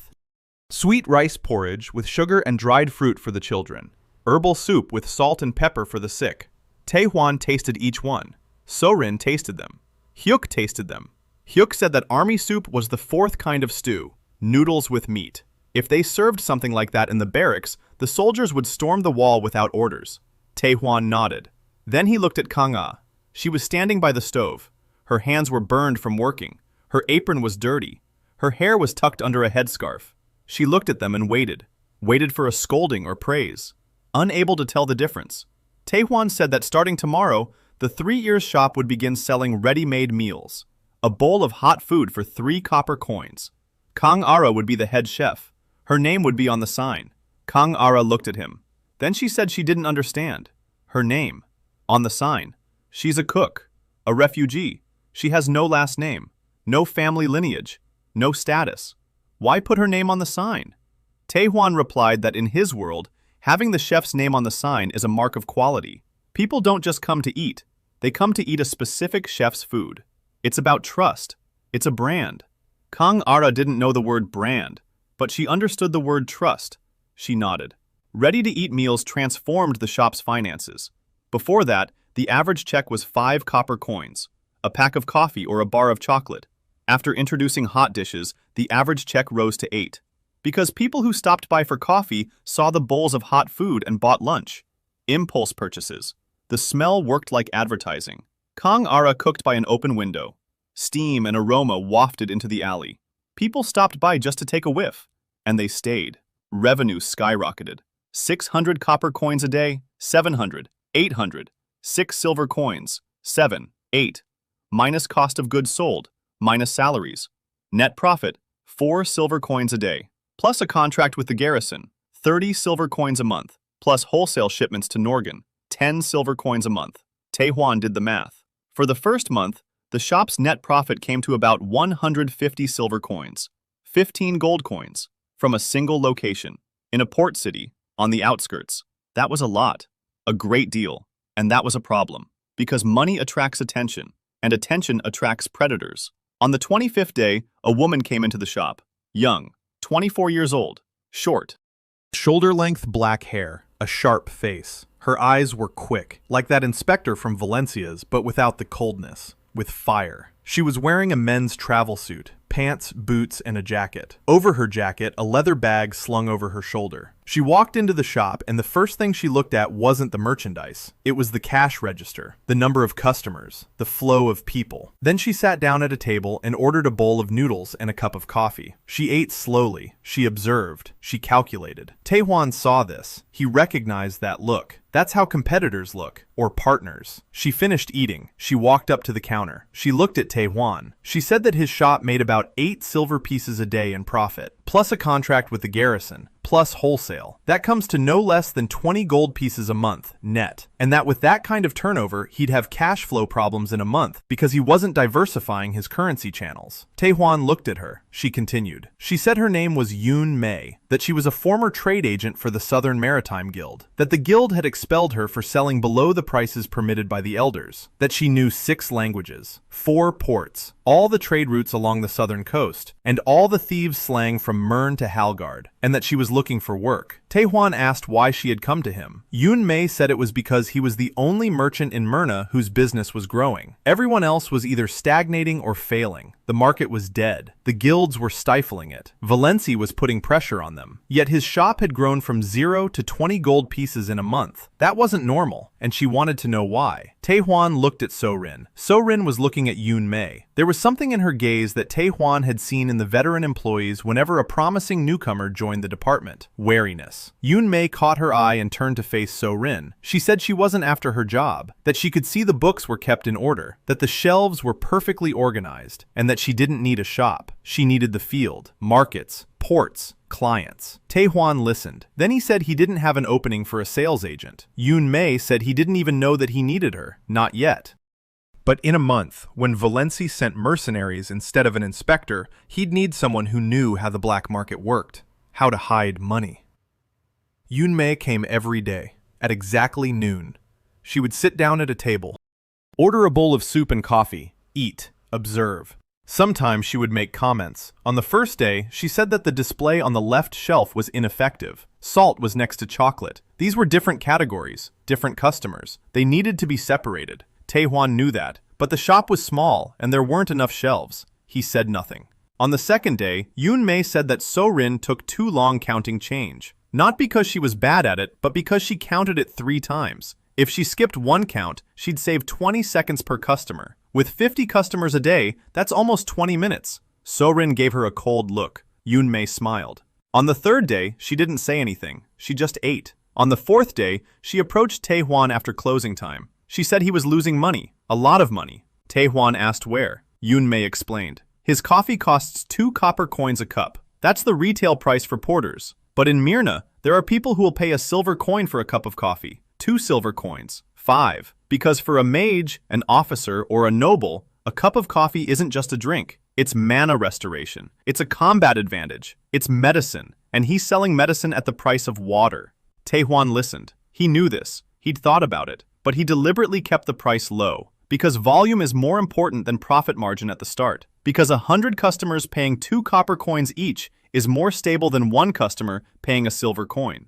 Jeon Tae shook her head. She said he was thinking like a shopkeeper, but he needed to think like a trading house. 2 product lines. A basic line for ordinary people. 2 copper coins. Regular coffee in a clay cup. A premium line for the nobility. 1 silver coin. The same coffee, but in a porcelain cup. With sugar. With chocolate on a saucer. Different presentation. different atmosphere, a separate room, or a separate shop, segmenting the customer base.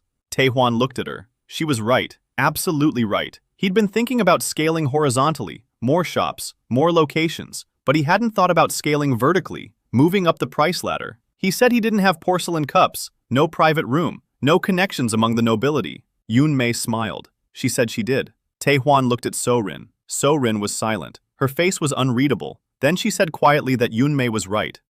And that an aristocrat's daughter knew the etiquette of the nobility better than a half-blood from the coast. Yoon-mei turned to her. They looked at each other. Then Yoon-mei said that etiquette was just a wrapper, and she was selling the contents. Tae-hwan raised his hand. He said, "Enough." He said he was hiring Yoon-mei. The position, commercial director. Salary, a percentage of new contracts, 5% on every deal she closes. Yoon-mei listened. Her eyes sparkled. Then she asked what her stake in the business would be. Tae-hwan replied that there was no stake in the business. There was a salary and a commission. A stake had to be earned, in a year, if she delivered results. Yoon-mei thought for 3 seconds. Then she held out her hand. Tae-hwan shook it. So-rin watched. Her expression didn't change, but Tae-hwan saw how she straightened up slightly. She lifted her chin just a little, as if she had accepted the challenge. Yoon-mei started working the next day, and 3 days later, she delivered her first result. She found a client, Viscount Sero, a young aristocrat from the capital, passing through Myrna. His ship was docked in the harbor for repairs. Yoon-mei found him at the harbor hotel. She struck up a conversation. She treated him to coffee from the flask she carried with her. The Viscount took a sip. An hour later, he was sitting at Tae-hwan's shop, drinking his third cup. His face. Tae-hwan had seen that face hundreds of times. The face of a man who had found what he'd been searching for his whole life. The Viscount was a mage. A weak one. 4th rank out of 10. His mana regenerated slowly. He spent 1 silver coin a week on magical herbs from the temple to maintain his meridians. 3 cups of coffee for 6 copper coins gave him the same effect as a week's supply of herbs. He looked at Tae-hwan. He asked how much the box cost. Tae-hwan named the price. 5 silver coins for 30 packs. The Viscount didn't haggle. He took out his wallet. He paid. Then he asked if he could arrange for regular deliveries to the capital. Tae-hwan said not yet, that he was working on expanding, that it would be soon. The Viscount left his address. He left. Yoon-mei stood nearby and smiled. 5 silver coins. Her cut was 25 copper coins. But it wasn't about the copper coins. The Viscount had left for the capital with a crate of coffee. He would talk about it, show it off, let his friends try it. Every friend was a potential customer. Every customer was a gateway to high society. Yoon-mei understood this better than Tae-hwan. She'd grown up in the markets. She knew how word of mouth worked among the wealthy. The poor tell stories with words. The rich show things. The Viscount would present the coffee at dinner. The Count would try it. The Count would want it. A chain reaction. Tae-hwan approved. He gave Yoon-mei a budget for entertainment expenses, 2 silver coins a week, for travel, samples, and gifts for potential clients. Yoon-mei nodded and disappeared for 3 days. She returned with 3 contracts. The owner of a harbor hotel, 20 packs of coffee a month. The captain of a merchant ship, 10 packs plus canned goods per voyage. The manager of a brothel in the commercial district, 30 bars of chocolate a week. Tae-hwan looked at the last contract. He looked at Yoon-mei. She shrugged. She said that chocolate boosts mood and stamina, and that a brothel is a legal business with good payment discipline. Tae-hwan signed all 3. So-rin kept the records. Her records became more complex. More rows, more clients, more items. She started keeping a separate ledger for wholesale clients. Tae-hwan showed her how to make a spreadsheet. Columns, rows, totals. She mastered it in 1 evening. The end of the first month. Tae-hwan gathered everyone together that evening. So-rin, Hyuk, Kang-ara, Yoon-mei. 5 people at the table in the back room. He held his first planning meeting. He said, "Dear colleagues." Hyuk raised an eyebrow. Kang-ara blinked. Yoon-mei smirked. So-rin looked calm. Tae-hwan summed up the results. 1 month of work. Revenue, 180 silver coins, 8 gold. Expenses, purchases, salaries, rent for pots and tableware, and entertainment expenses. Net profit, 120 silver coins, 12 gold coins, from a single shop, in a port town on the outskirts. He looked at each of them. Then he outlined the plan for the second month, opening a second location in the center of Mern, near the market, where the foot traffic is 10 times greater. So-rin will manage the first shop. Yoon-mei will find a location for the second one. Kang-ara will develop an expanded menu. Hyuk will hire a second security guard. They listened. Then Yoon-mei said she had a location in mind. A former tea shop on the corner of the market square. The owner fled to escape his debts. It's standing empty. The rent is 3 silver coins a month. Tae-hwan said he'd check it out tomorrow. Then he pulled a box from under the table. He opened it. Inside were 5 white aprons, clean, all identical. Each one had the name embroidered on it. 3 ears of corn. He'd sewn them himself. No, he'd ordered them through the portal. 5 aprons from a Korean online store, white, with embroidery. He handed one to each of them. So-rin, Hyuk, Kang-ara, Yoon-mei, and himself. He said that starting tomorrow, this would be the uniform, the standard uniform for employees of the 3 ears chain. Kang-ara put on her apron. She touched the embroidery. The letters were unfamiliar, unrecognizable, but beautiful. She traced them with her fingers and smiled. Hyuk looked at his apron, then at Tae-hwan. He said that in 20 years of military service, he'd never once been given a new uniform in his very first month. Yoon-mei tied her apron over her jacket. She stood up. She twirled around. She said it looked good on her. So-rin held the apron on her lap. She stroked the fabric, silently. Then she looked up. She looked at Tae-hwan, and for the first time in a month, he saw something other than fear on her face. Not wariness, not fatigue, something else, something warm. She put on the apron, tied it behind her back, stood up straight, and she began to look different. Not like the widow of the former owner, not like a woman who was mere property, like a manager. Tae-hwan picked up a clay mug of coffee. He toasted to the first month of 3 ears. 4 mugs were raised in response. The clay clinked. The coffee was bitter and hot, as always. The second shop opened on the 4th day of the second month, on the corner of the market square, a former tea house. 2 rooms, the front one for business, the back one served as the kitchen. A window looked directly out onto the square. Kang-ara cooked by the open window. Steam drifted out onto the square. The aroma drifted out onto the square. People stopped. They came in. On the first day, 80 people passed through the second shop. Revenue, 420 copper coins, 3 times more than on the first day of the first shop. Because now Tae-hwan had a reputation. The 3 colossi were already known. People were talking about them at the market, at the port, in the barracks, in the inns. A black drink that cures a headache. White salt purer than church salt. Hot noodles that make soldiers run twice as fast. People didn't come out of curiosity. They came on recommendation. The most powerful sales channel. Tae-hwan put Yoon-mei in charge of the second shop. She was against it. She said she was a sales agent, not a salesperson. That standing behind the counter was beneath her qualifications. Tae-hwan looked at her. Then he said that in his company, every manager starts at the counter. That you can't manage something you haven't done with your own hands. That the CEO of Hanmart started out as a cashier in Daegu. And that in a month, if the second location turned a profit, Yoon-mei would get the position she wanted. Yoon-em pressed her lips together. Then she nodded. She stood behind the counter. And, to So-rin's surprise, she turned out to be a good salesperson. Not like Tae-hwan, but in a different way. Tae-hwan was polite and warm. Yoon-mei was quick and precise. She didn't bow. She looked people in the eye and figured out what a customer needed in 3 seconds. She handed the porter coffee and ramen without a word. She offered the market vendor salt and chocolate to sample. She poured coffee for the nobleman into the finest cup and added sugar without being asked. She had a talent for reading people, quickly, accurately, without sentiment. The second store's revenue for the first week totaled 3,000 copper coins, 30 silver coins. More than the first store had earned during the same period. Tae-hwan looked at the numbers and realized that Yoon-mei would be a problem. Not because she was bad, because she was too good, too ambitious, too fast. She'll overtake So-rin in a month, and that will create tension. He'd already seen this at Hanmart. 2 managers in one department, one steady and reliable, the other bright and aggressive. If you don't split them up into different areas, one will devour the other. He split them up. So-rin. Administration and accounting, internal processes, purchasing, bookkeeping, quality control, Yoon-mei, sales and external relations, new clients, new markets, negotiations. 2 different areas, 2 different skill sets, minimal overlap. He announced this at the second planning meeting. So-rin listened in silence. Yoon-mei nodded quickly. Both of them understood. On the 10th day of the second month, what Hyuk had warned about happened. Night. Tae-hwan was sleeping upstairs on the first mattress. So-rin was sleeping in the next room. Kang-ara was on the 3rd mattress by the wall. Hyuk was on duty downstairs. Tae-hwan was awakened by a sound, a faint one. Glass. Someone was prying out the window pane in the back room. He sat up on his mattress. He He listened. Footsteps. Quiet. 2 people. Maybe 3. Then Hyuk's voice. Low. Calm. He said one word. Stop. Then the sound of an impact. Metal against wood.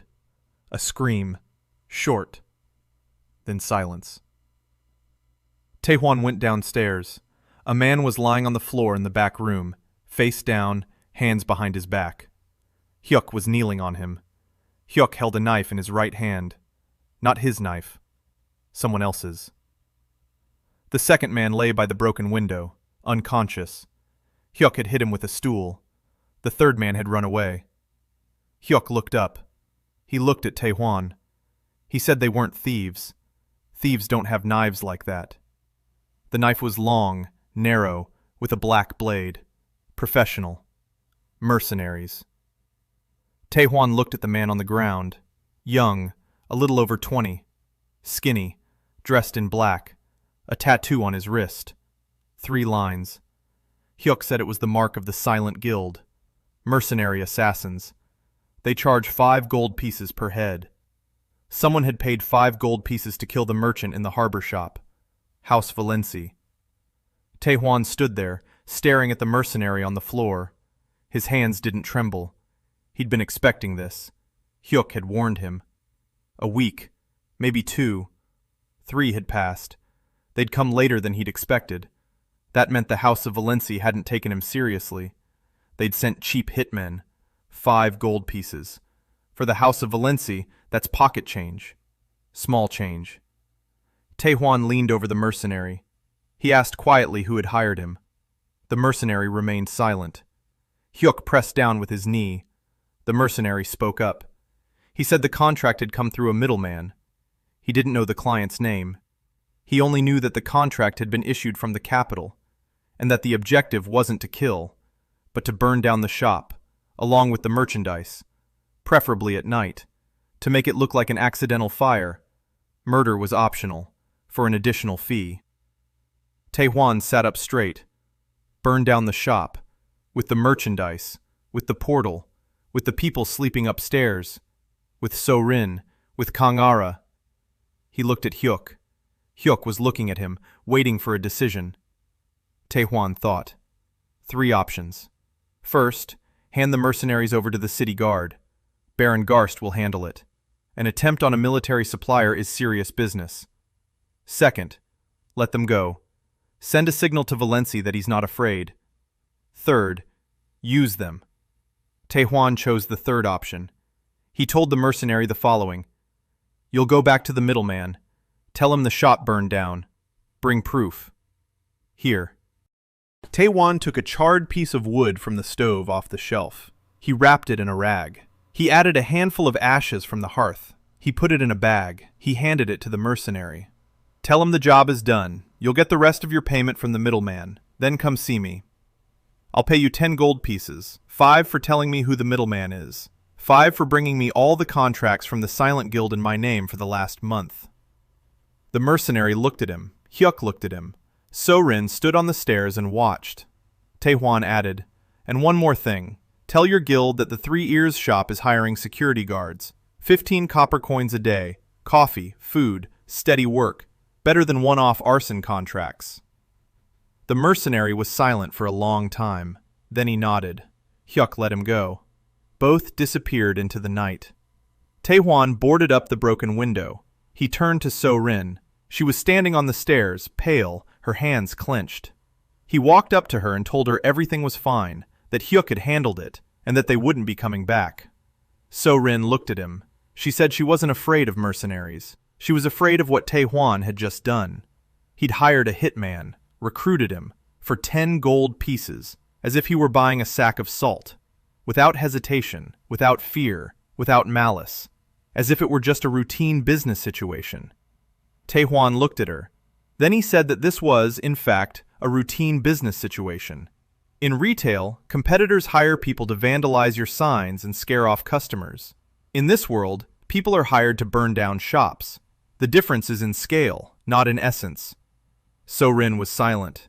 Then she said quietly that he scared her, not as an enemy, as a person who always knows what to do, who never loses his bearings, who can never be caught off guard. It's scary because she doesn't know what's inside him. Tae-hwan looked at her for a long time. Then he said quietly that inside, he's afraid. That he's afraid every day. That he wakes up in the morning and for the first 3 seconds doesn't know where he is. And every time, he remembers. The wet highway, the ringing in his ears, the smell of coffee from an overturned cup. And every time, he realizes anew that he is dead, that his old life is over, that all he has is this shop, these shelves, these people. And if he stops for even a second, the fear will devour him whole. That's why he doesn't stop. So-rin listened. Then she did something she'd never done before. She placed her hand on his, gently, for a second. Then she pulled it away. Then she went back to her room. Tae-hwan stood on the stairs and looked at his hand. Where her palm had rested, it was warm. He went downstairs, washed the mugs, swept up the broken glass, brewed some coffee, sat down at the table, drank in silence. Outside the window, it was starting to get light. A new day. The 5th coin from the morning's takings. Another cup of coffee on the counter. Another customer at the door. He finished his coffee, stood up, put on his apron, and opened the shop. The mercenary returned 4 days later. He came at night, alone. Hyuk let him in through the back door. Tae-hwan was waiting at the table. The mercenary placed a bundle in front of him. Inside were 3 sheets of paper, contracts. Each bore the seal of the Silent Guild. 3 jobs in the name of Jeon Tae-hwan. The first, set the shop on fire, 5 gold pieces. The client was a middleman named Garrow. His office was on Silver Street in the capital. The second, kidnapping. Deliver the target alive to an estate outside the city, 10 gold pieces. The same middleman. Third, murder. 20 gold pieces. A different middleman. Name unknown. Only a description. A woman in black, low voice, speaks with a northern accent. Tae-hwan read them. 3 contracts. Arson, kidnapping, murder. Escalation. First they tried something cheap, then something more expensive. Then they got serious. 20 gold pieces for the head of a port shopkeeper. That's no small matter. That's a decision made at the house level. He looked at the 3rd contract. A woman with a northern accent. Not Valenci. Valenci is a southern house. A northern accent means Halgard, the empire. Why would Halgard want a dead merchant from Myrna? He paid the mercenary 10 gold pieces, as promised. The mercenary counted them, tucked them into his belt. Then he looked at Tae-hwan and said he'd passed on the security proposal to the guild. The senior master laughed. He said the silent ones don't guard shops. But 3 junior members agreed. They were tired of one-off contracts. They wanted stability. Tae-hwan nodded. He told them to come tomorrow morning, clean, sober, and without any weapons longer than the palm of their hand. The mercenary left. Tae-hwan sat at the table and thought. 2 enemies, not just one. Valenci wants to crush him as a competitor. That's understandable. Business. But Halgard. Halgard wants to kill him or capture him. Why?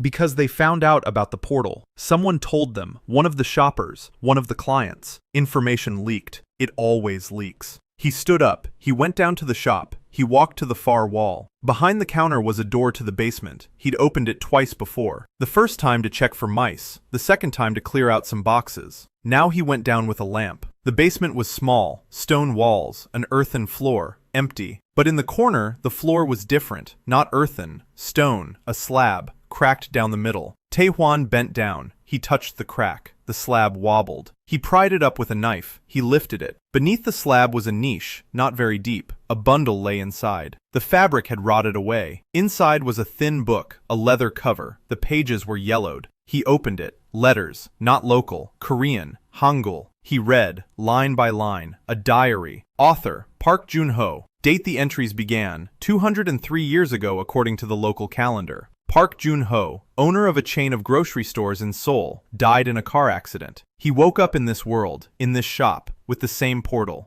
Tae-hwan read and his hands trembled. Park Jun-ho did the same. He opened the portal. He started trading. He sold rice, salt, sugar, spices. His business was going well, then excellently, then too well. He opened shops in 5 cities, then in 10. Then the houses took notice of him. All 12 of them. They united. For the first time in history, against a single merchant. They did not come to him with enforcers, with an army. They laid siege to his main warehouse. They killed his people, his wife, his children. He locked himself in the basement of that shop. The last entry in the diary was short. I'm closing the portal. The system says that if the channel is forcibly severed, mana will burst out. I know what will happen. Let it be. Let them get what they deserve. I don't care. I'm tired. Tae-hwan closed the diary. He sat in the basement. Silence. The lamp flickered. He understood. The rift. 200 years ago, the catastrophe that destroyed the fertile lands of Ardinia, that rendered ordinary food inedible, that gave the houses a monopoly on magical food. This isn't a natural phenomenon, it's a consequence. Park Jun-ho closed the portal. Mana surged outward. The rift. 200 years of famine, millions of deaths. And now the portal had come to him, to Tae-hwan, a second chance, or a second rift. He went upstairs. Put the diary in the chest. Lay down on the mattress. He didn't sleep until morning. In the morning, he held his staff meeting as usual. He didn't tell anyone about the diary. Not yet. Yoon-mei came with news. Viscount Sero had reached the capital. He'd written a letter. 3 noble houses want to sample the goods. 2 trading houses are offering wholesale contracts. One of them is a direct competitor of Norgan. Yoon-mei asked whether they should accept the competitor's contract. Tae-hwan said no. They have an exclusive agreement with Norgan for coffee in Myrna. They can't break it. But a contract for other goods is acceptable. Canned goods, show chocolate, spices. Yoon-mei nodded. She went back to work. So Rin submitted the weekly report. Revenue from the 2 shops, 12 silver coins a day, 70 silver coins a week. The contract with the garrison, wholesale to Norgan. Yoon-mei's new clients. Total turnover exceeded 200 silver per week, 20 gold per week. Tae-hwan looked at the numbers. 2 months ago, he had 3 copper coins. He looked at So-rin. She was holding a quill and waiting for instructions. He said it was time for the 3rd location. Not in Myrna, beyond its borders. The capital of Westmar. The city of Calderon. So-rin looked up. The capital. That's a whole different level. Different money, different enemies, different rules. Tae-hwan nodded.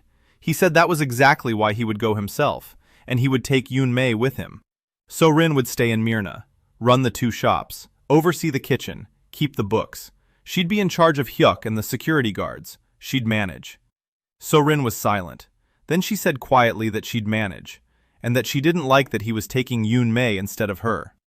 Tae-hwan looked at her. Then he spoke honestly. Yoon-mei knows the capital. She knows the people. She knows how business works there. So-rin knows Myrn, every customer, every supplier, every penny in the cash register. Myrn would fall apart in a week without So-rin. The capital branch wouldn't open without Yoon-mei. This isn't a choice, it's logistics. So-rin listened. She nodded.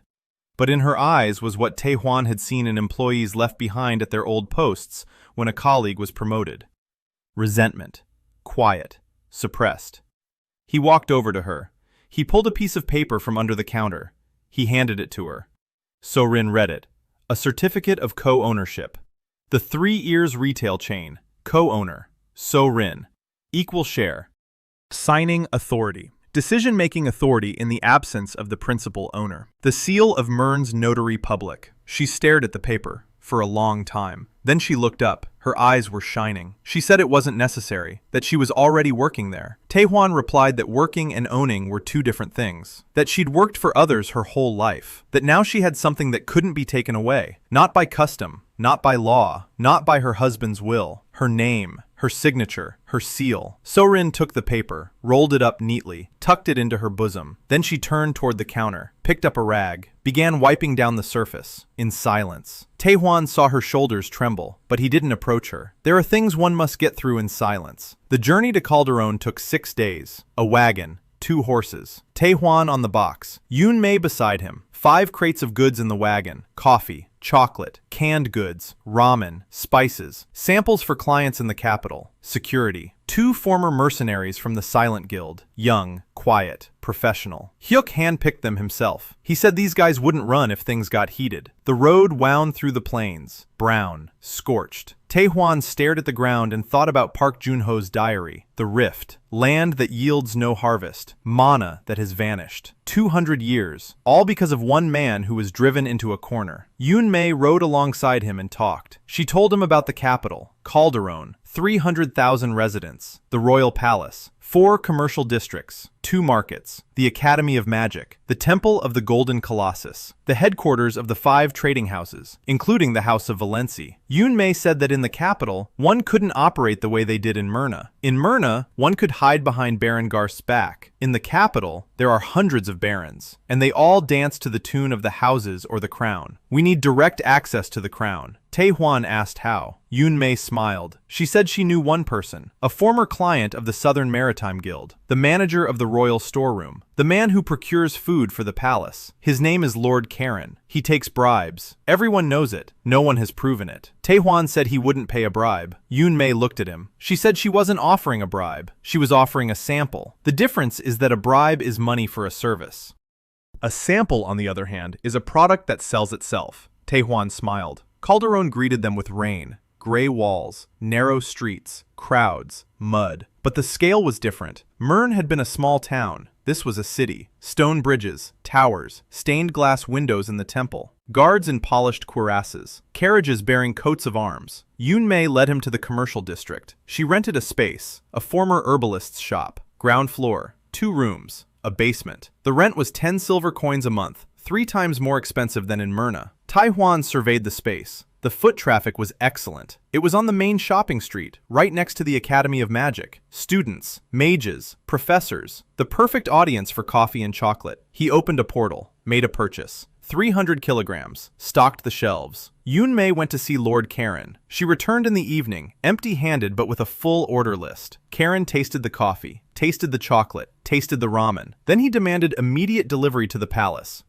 50 packs of coffee, 100 bars of chocolate, 20 boxes of ramen for the royal kitchen. Payment upon delivery from the palace treasury. Tae-hwan looked at the numbers. It was the largest order in the history of the 3 ears of corn. 50 silver coins for a one-time delivery. He spent 2 days putting the order together. The portal was running at full capacity, 300 kilograms a day. 2 days were enough. A cart loaded with the goods set off for the palace. Yoon-mei accompanied it. Tae-hwan stayed at the shop. He opened for business. His first day in the capital. By evening, his takings totaled 20 silver coins. Students from the academy, they came in droves. One tried the coffee and, an hour later, brought 15 classmates. Caffeine in a world where mana is a resource. For student mages, a cup of coffee is like an extra hour of class, like a concentration booster, like a pre-exam stimulant. They bought it by the pack. One student bought 10 sticks at once. He said he had an exam in 3 days. Tae-hwan sold him a pack and a bar of chocolate. He said chocolate helps with memory. The student left happy. By the end of the first week in the capital, the whole neighborhood knew about the shop. The students told their professors. The professors told the dean. The dean of the Academy of Magic came in person on the 3rd day. An old mage, 8th rank out of 10, a graying beard,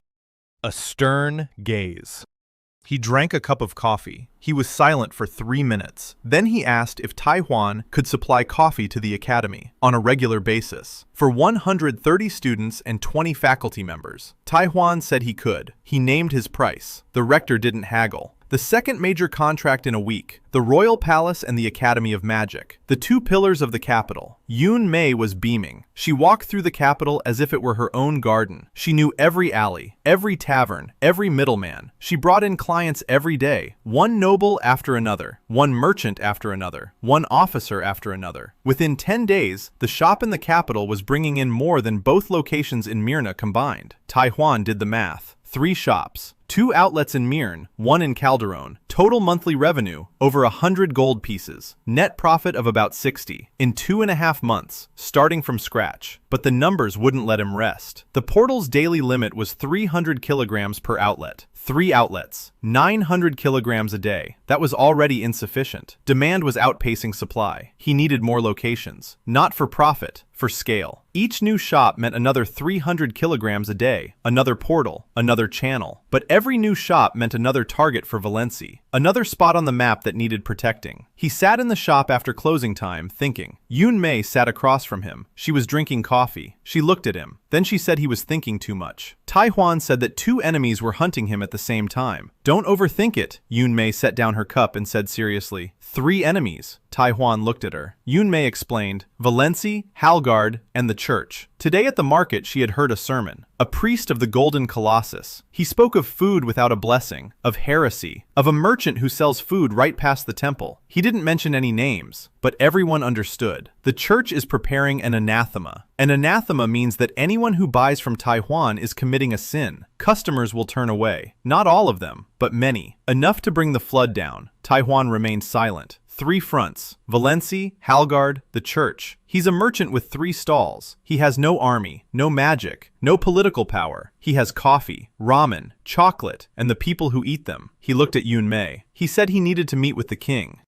Yoon Mei raised an eyebrow. Tae-hwan explained, Valency is a noble house. The church is a religious institution. The only power capable of standing up to both at the same time is the crown, the king of Westmar. The next day, the princess came again. A gray dress, no jewelry, no guards. She sat in a corner. Tae-hwan personally brought her tea. Not the usual kind, a special kind. He brewed chamomile tea from a tea bag. He added honey. He placed 2 pieces of chocolate and a multivitamin tablet next to it. She looked at the tablet. She asked what it was. Tae-hwan explained. He said it was a remedy from distant lands. For headaches, for fatigue, for weakness. 1 pill a day, every day. In a week, she'll feel better. She looked at him. There was a question in her eyes. Tae-hwan said he knew who she was, that he hadn't known right away. But Yoon Mei had found out. The princess turned pale. Then she started to get up. Tae-hwan said quietly that he wasn't going to tell anyone, that his shop was a place where every guest was simply a guest. No titles, no surnames. That if she needed some quiet and tea, she could come every day, for free, no questions asked. Princess Li-hwan sat back down. She looked at him. Then she took a pill, put it in her mouth, washed it down with tea. She sat there for a long time. Then she said quietly that she'd had a headache every day since she was 14, that the temple healers said it was a curse of weak blood, that her brothers laughed at her, that her father didn't remember her name. He confused her with a lady-in-waiting, that she'd come to the shop because she'd heard from students that they served a drink here that helped with headaches, and that after her first cup, she felt better, for the first time in 5 years. Tae-hwan listened. Then he said it wasn't a curse, that in his world, it's called chronic migraine, that it can be treated, not with magic, but with diet, vitamins, a sleep schedule, and rest. The princess looked at him as if he were speaking a language she didn't know, but wanted to learn her whole life. She came every day. Tae-hwan prepared a personalized set for her. Chamomile tea, multivitamins, a piece of chocolate, and sometimes rice porridge with honey if she came in the morning. After a week, the migraines became less frequent. After 2 weeks, she came and said that, for the first time in a year, she'd slept through the night without pain. Her face had changed. The dark circles under her eyes had lightened. Her shoulders were straightened. She had started to smile. Not often, but she had started. By the 3rd week, she didn't come alone. A man was with her. Tall, thin, wearing a plain tunic, no coats of arms, graying temples, a heavy gaze. He surveyed the shop in silence. The princess said he was her friend. He wanted to try some coffee. Tae-hwan looked at the man, at his hands, well-groomed, at his posture, military, at the ring on his finger, without a stone, plain gold, a royal ring. Tae-hwan gave nothing away. He bowed, poured the coffee, placed a choco pie next to it, sugar, a clean spoon. The man sat down, drank his coffee, in silence, for a long time. Then he looked at his daughter, at her face free of dark circles, at her straight shoulders, at her smile. Then he looked at Tae-hwan. He asked quietly what he had done to his daughter. Tae-hwan answered simply. He said he had fed her. Every day, properly, on schedule. Vitamins in the morning, tea in the afternoon, chocolate in the evening. Nothing magical, just food. The man was silent. Then he said that the kingdom's 12 best healers hadn't been able to cure her migraines in 5 years, but a port merchant had cured her in 3 weeks, with tea and pills. Tae-hwan replied that he hadn't cured her, that the treatment was ongoing, that it would take at least 3 months, but there would be results. The man stood up. He held out his hand. Tae-hwan shook it. The hand was dry and firm. The man said his name was Marin, that he was grateful, and that if Tae-hwan ever needed help, he should ask his daughter. Then he left. The princess stayed behind. She looked at Tae-hwan. She said quietly that he had known. Tae-hwan nodded. She asked why he hadn't bowed, why he hadn't fallen to his knees, why he hadn't begged for mercy. Tae-hwan replied that in his shop, everyone is equal. A porter and a king pay the same price and receive the same cup. The princess looked at him for a long time. Then she said he was the first person who hadn't changed after learning who her father was. Tae-hwan replied that he had known even before her father entered, and that it hadn't changed anything. She was silent for a moment. Then she asked why he was here in the capital, what he really wanted. Tae-hwan decided to tell the truth, not the whole truth, but enough. He said that the House of Valencia wanted to destroy him. The church was preparing an anathema. Halgardian spies were hunting him. He needed the protection of the crown.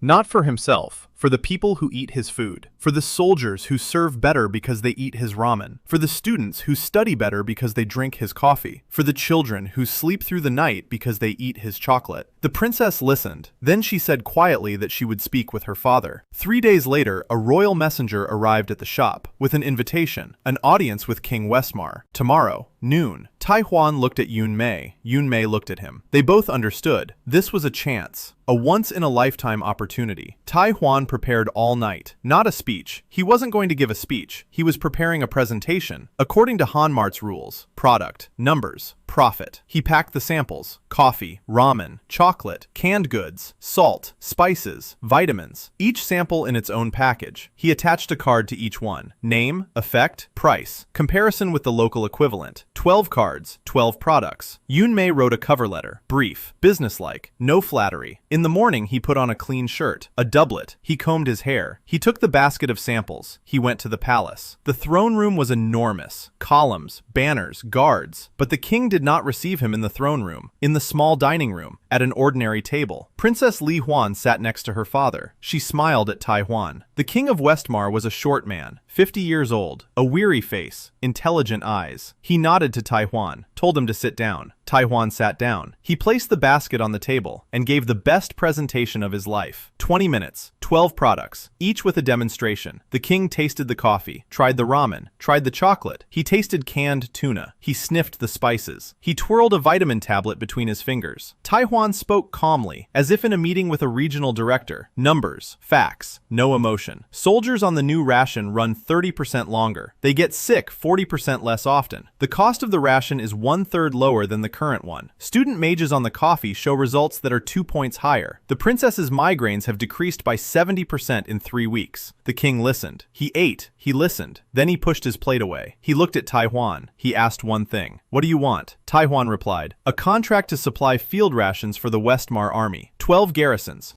10,000 soldiers. The status of royal supplier.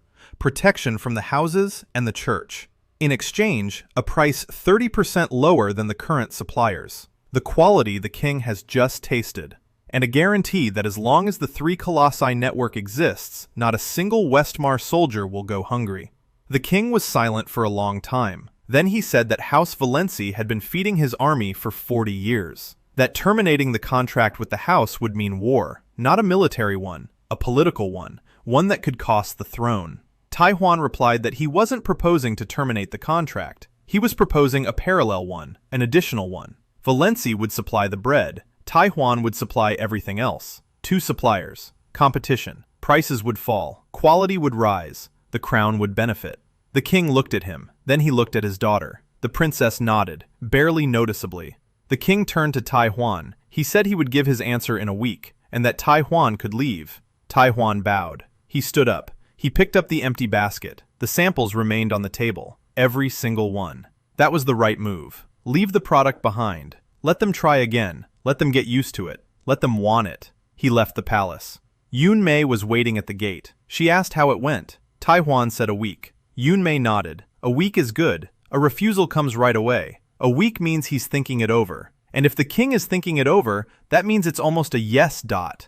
The reply didn't come in a week. It came in 3 days. Not from the king, from Duke Raymond of Valencia, personally. He came to the shop in the morning, without warning, without an entourage, alone, tall, slender, silvery hair combed back, a dark burgundy doublet with gold embroidery, gloves, a ruby ring, a delicate face, handsome, calm eyes. He walked in and stopped. He looked around the shop, the shelves, the merchandise, the customers, the student at the table with a cup of coffee, Yoon-mei behind the counter, Tae-hwan by the wall. Then he approached. He introduced himself. Renmon Valencia, head of the House of Valencia. Yoon-mei froze behind the counter. Tae-hwan bowed. He invited him into the back room. The duke sat down at the table. Tae-hwan sat across from him. Yoon-mei stood by the door. The duke spoke calmly, politely, like a man accustomed to being listened to. He said he knew about the audience, that he knew about the contract proposal with the crown,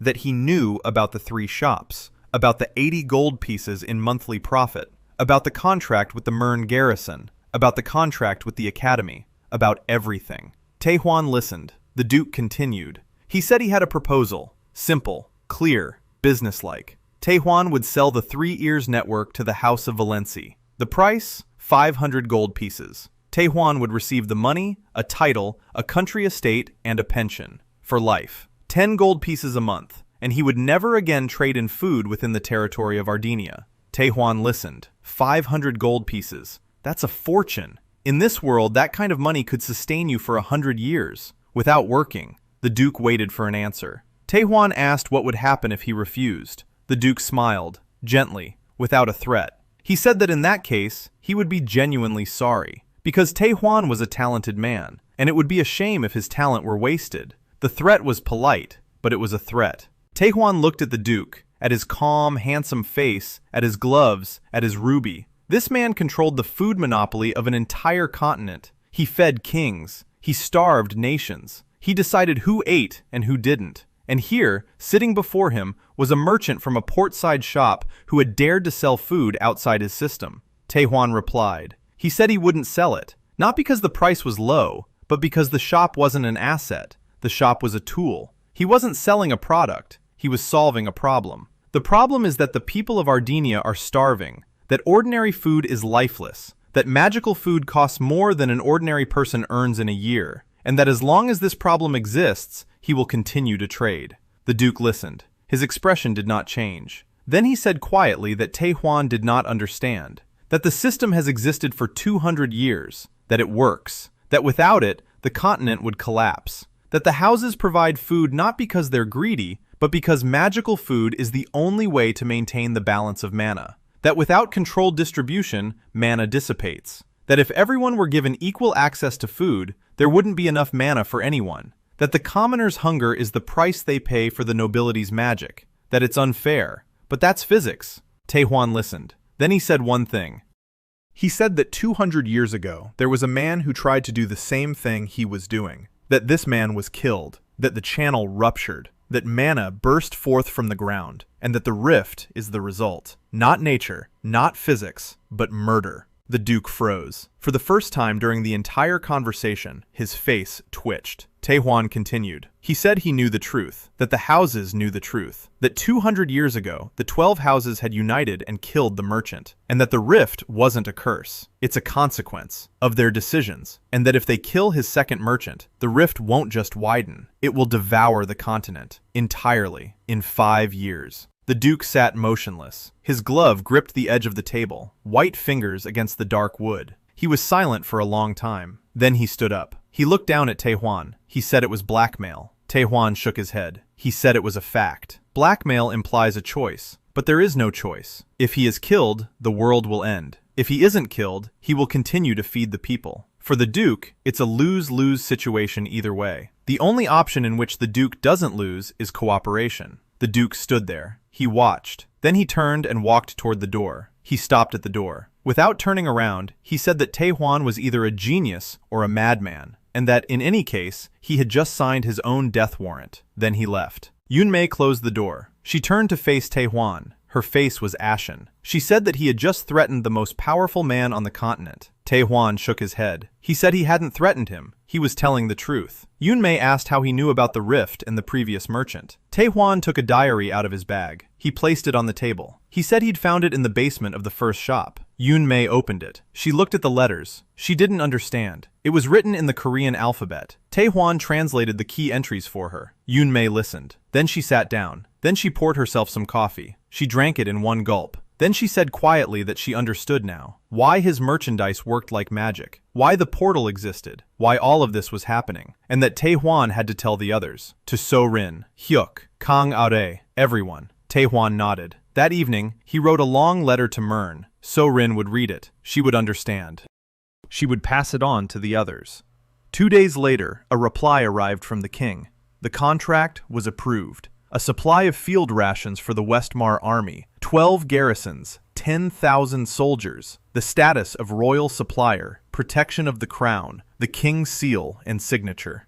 Tae-hwan held the paper in his hands, the royal seal, red wax, the imprint of a lion. 2 months and 20 days ago, he had been lying face down in the dust with 3 copper coins in his pocket, and now he was feeding the army of an entire kingdom. A year had passed. The 3 ears of corn chain had grown to 14 shops across the 3 kingdoms: Mern, Calderon, Port Gallon, Orne Fortress, the free city of Tessar, and beyond. Every shop operated to the same standard: white embroidered aprons, clean shelves, neat rows, a smile upon entry, coffee for 2 copper coins, a bowl of hot food for 3. Rin managed Mern and all the internal accounting. She sat at her desk and tallied the figures from the 14 locations. Her handwriting had become larger, more confident. She no longer lowered her eyes when a customer entered. She looked them straight in the eye, spoke calmly, signed contracts with the co-owner's seal. Yoon-mei managed external sales. She traveled between ports and capitals. She signed contracts. She opened up new markets. Her commission on deals turned into a substantial income. She bought herself a horse, a nice pair of boots, a leather bag, and she never once wore a dress.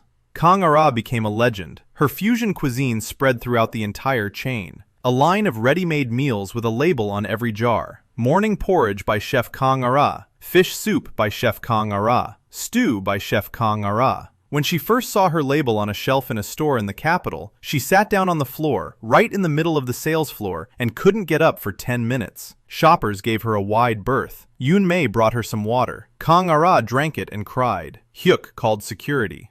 12 men, former soldiers, former mercenaries. He'd trained them all himself. He put them through their paces every morning, running, drill, then coffee, then to their posts. Caravans passed between the shops every day. 3 routes. Hyuk planned the logistics with the precision of a military commander. Princess Li Huan was no longer hiding. She would come to the shop wearing a dress bearing the royal crest. She would sit down at her table, drink her tea, eat her chocolate, take her vitamins. Her migraines had stopped completely.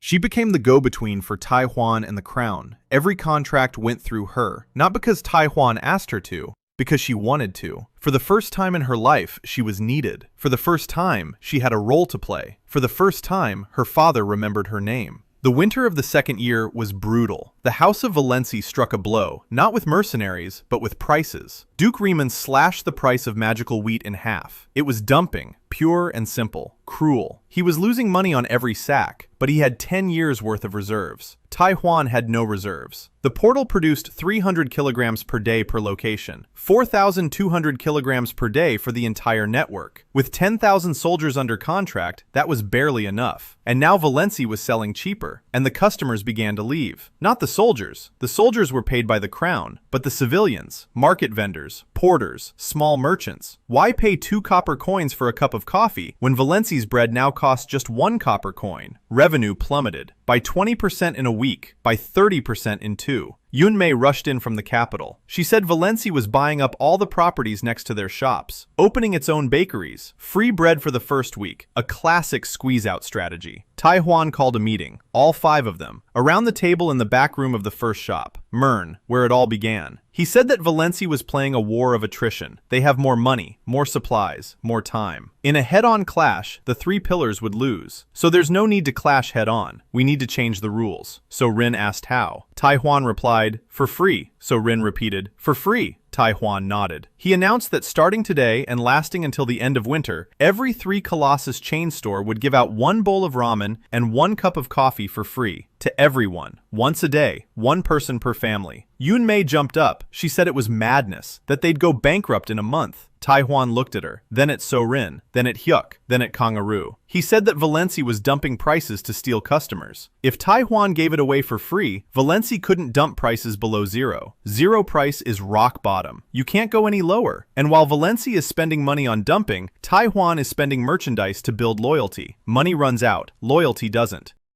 Yoon-mei sat down. She thought. Then she quietly said that this was either genius or suicidal. Tae-hwan replied that in retail, it's one and the same. The next day, he went out to the square in front of the shop in Calderon. He raised his hand. The crowd stopped. He spoke loudly, clearly, without any grandstanding.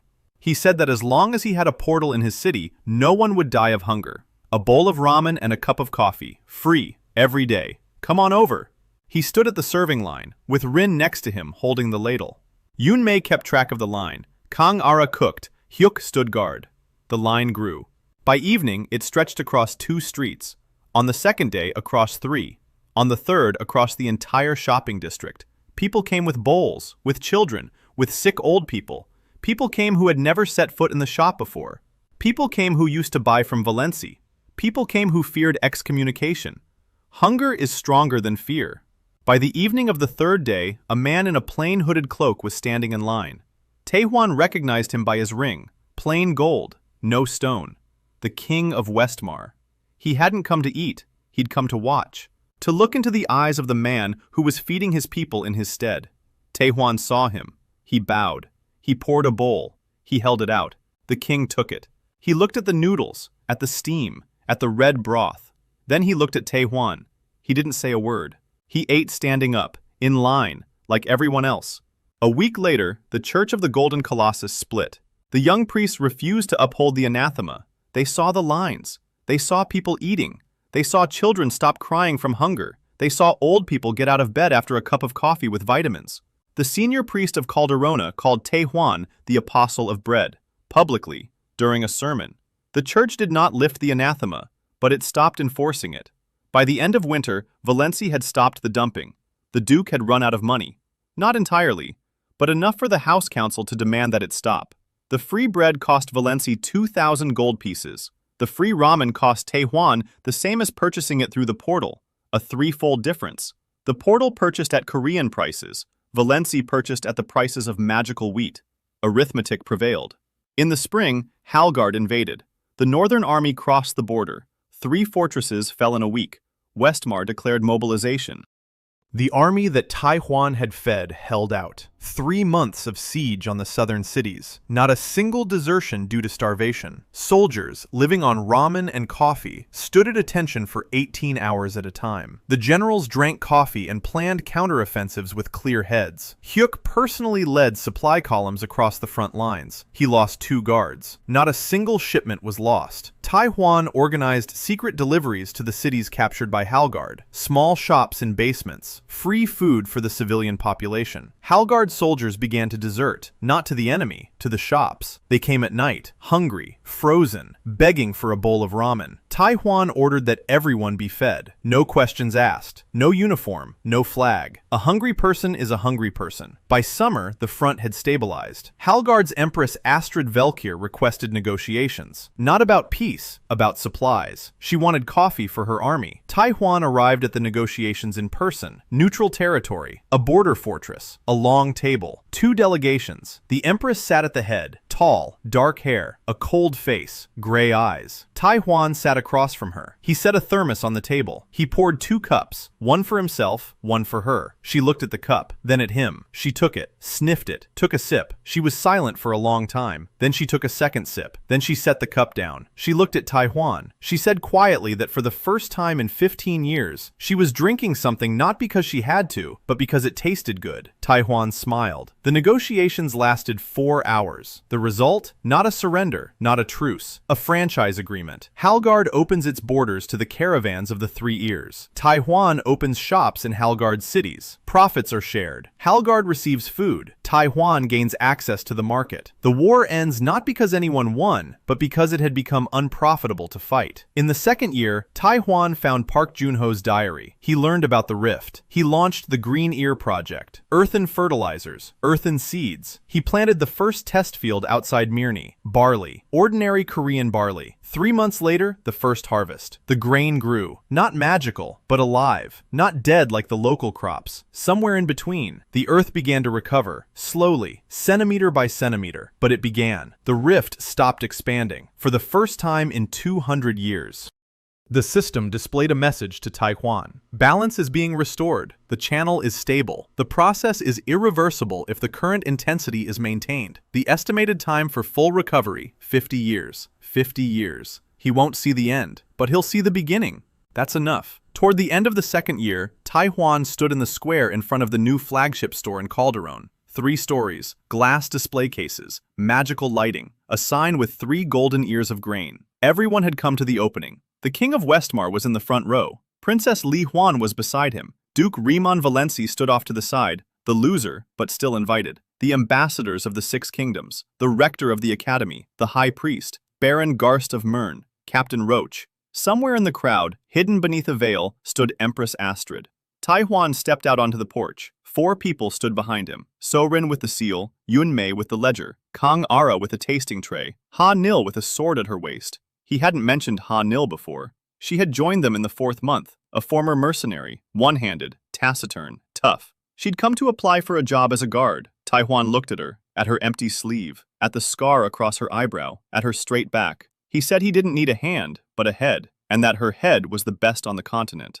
Ha-nil was silent for 3 seconds, then she nodded. 6 months later, she was in command of the entire security force and the caravan's logistics. Hyuk reported to her willingly. He said that for the first time in 20 years, he'd met a commander he wasn't ashamed to serve under. Tae-hwan stood on the porch, a black apron, gold embroidery on his chest, a Chinese character, Zhang. He looked out at the square, at the faces, at the people who had come to his store, at the soldiers he fed, at the students he served coffee to, at the children eating his chocolate, at the elderly who got out of bed after taking his vitamins, at the king who ate his ramen while standing in line, at the duke who lost the price war to him, at the empress who signed a franchise agreement instead of surrendering. He bowed, low, in the Korean style, to the waist. Then he straightened up. He looked into the magic megaphone. He said, "My name is Jeon Tae-hwan. I am a merchant. I have no title, no army, no magic. I have shelves filled with food, and if you're hungry, come on in." "We're open." The bell above the door jingled.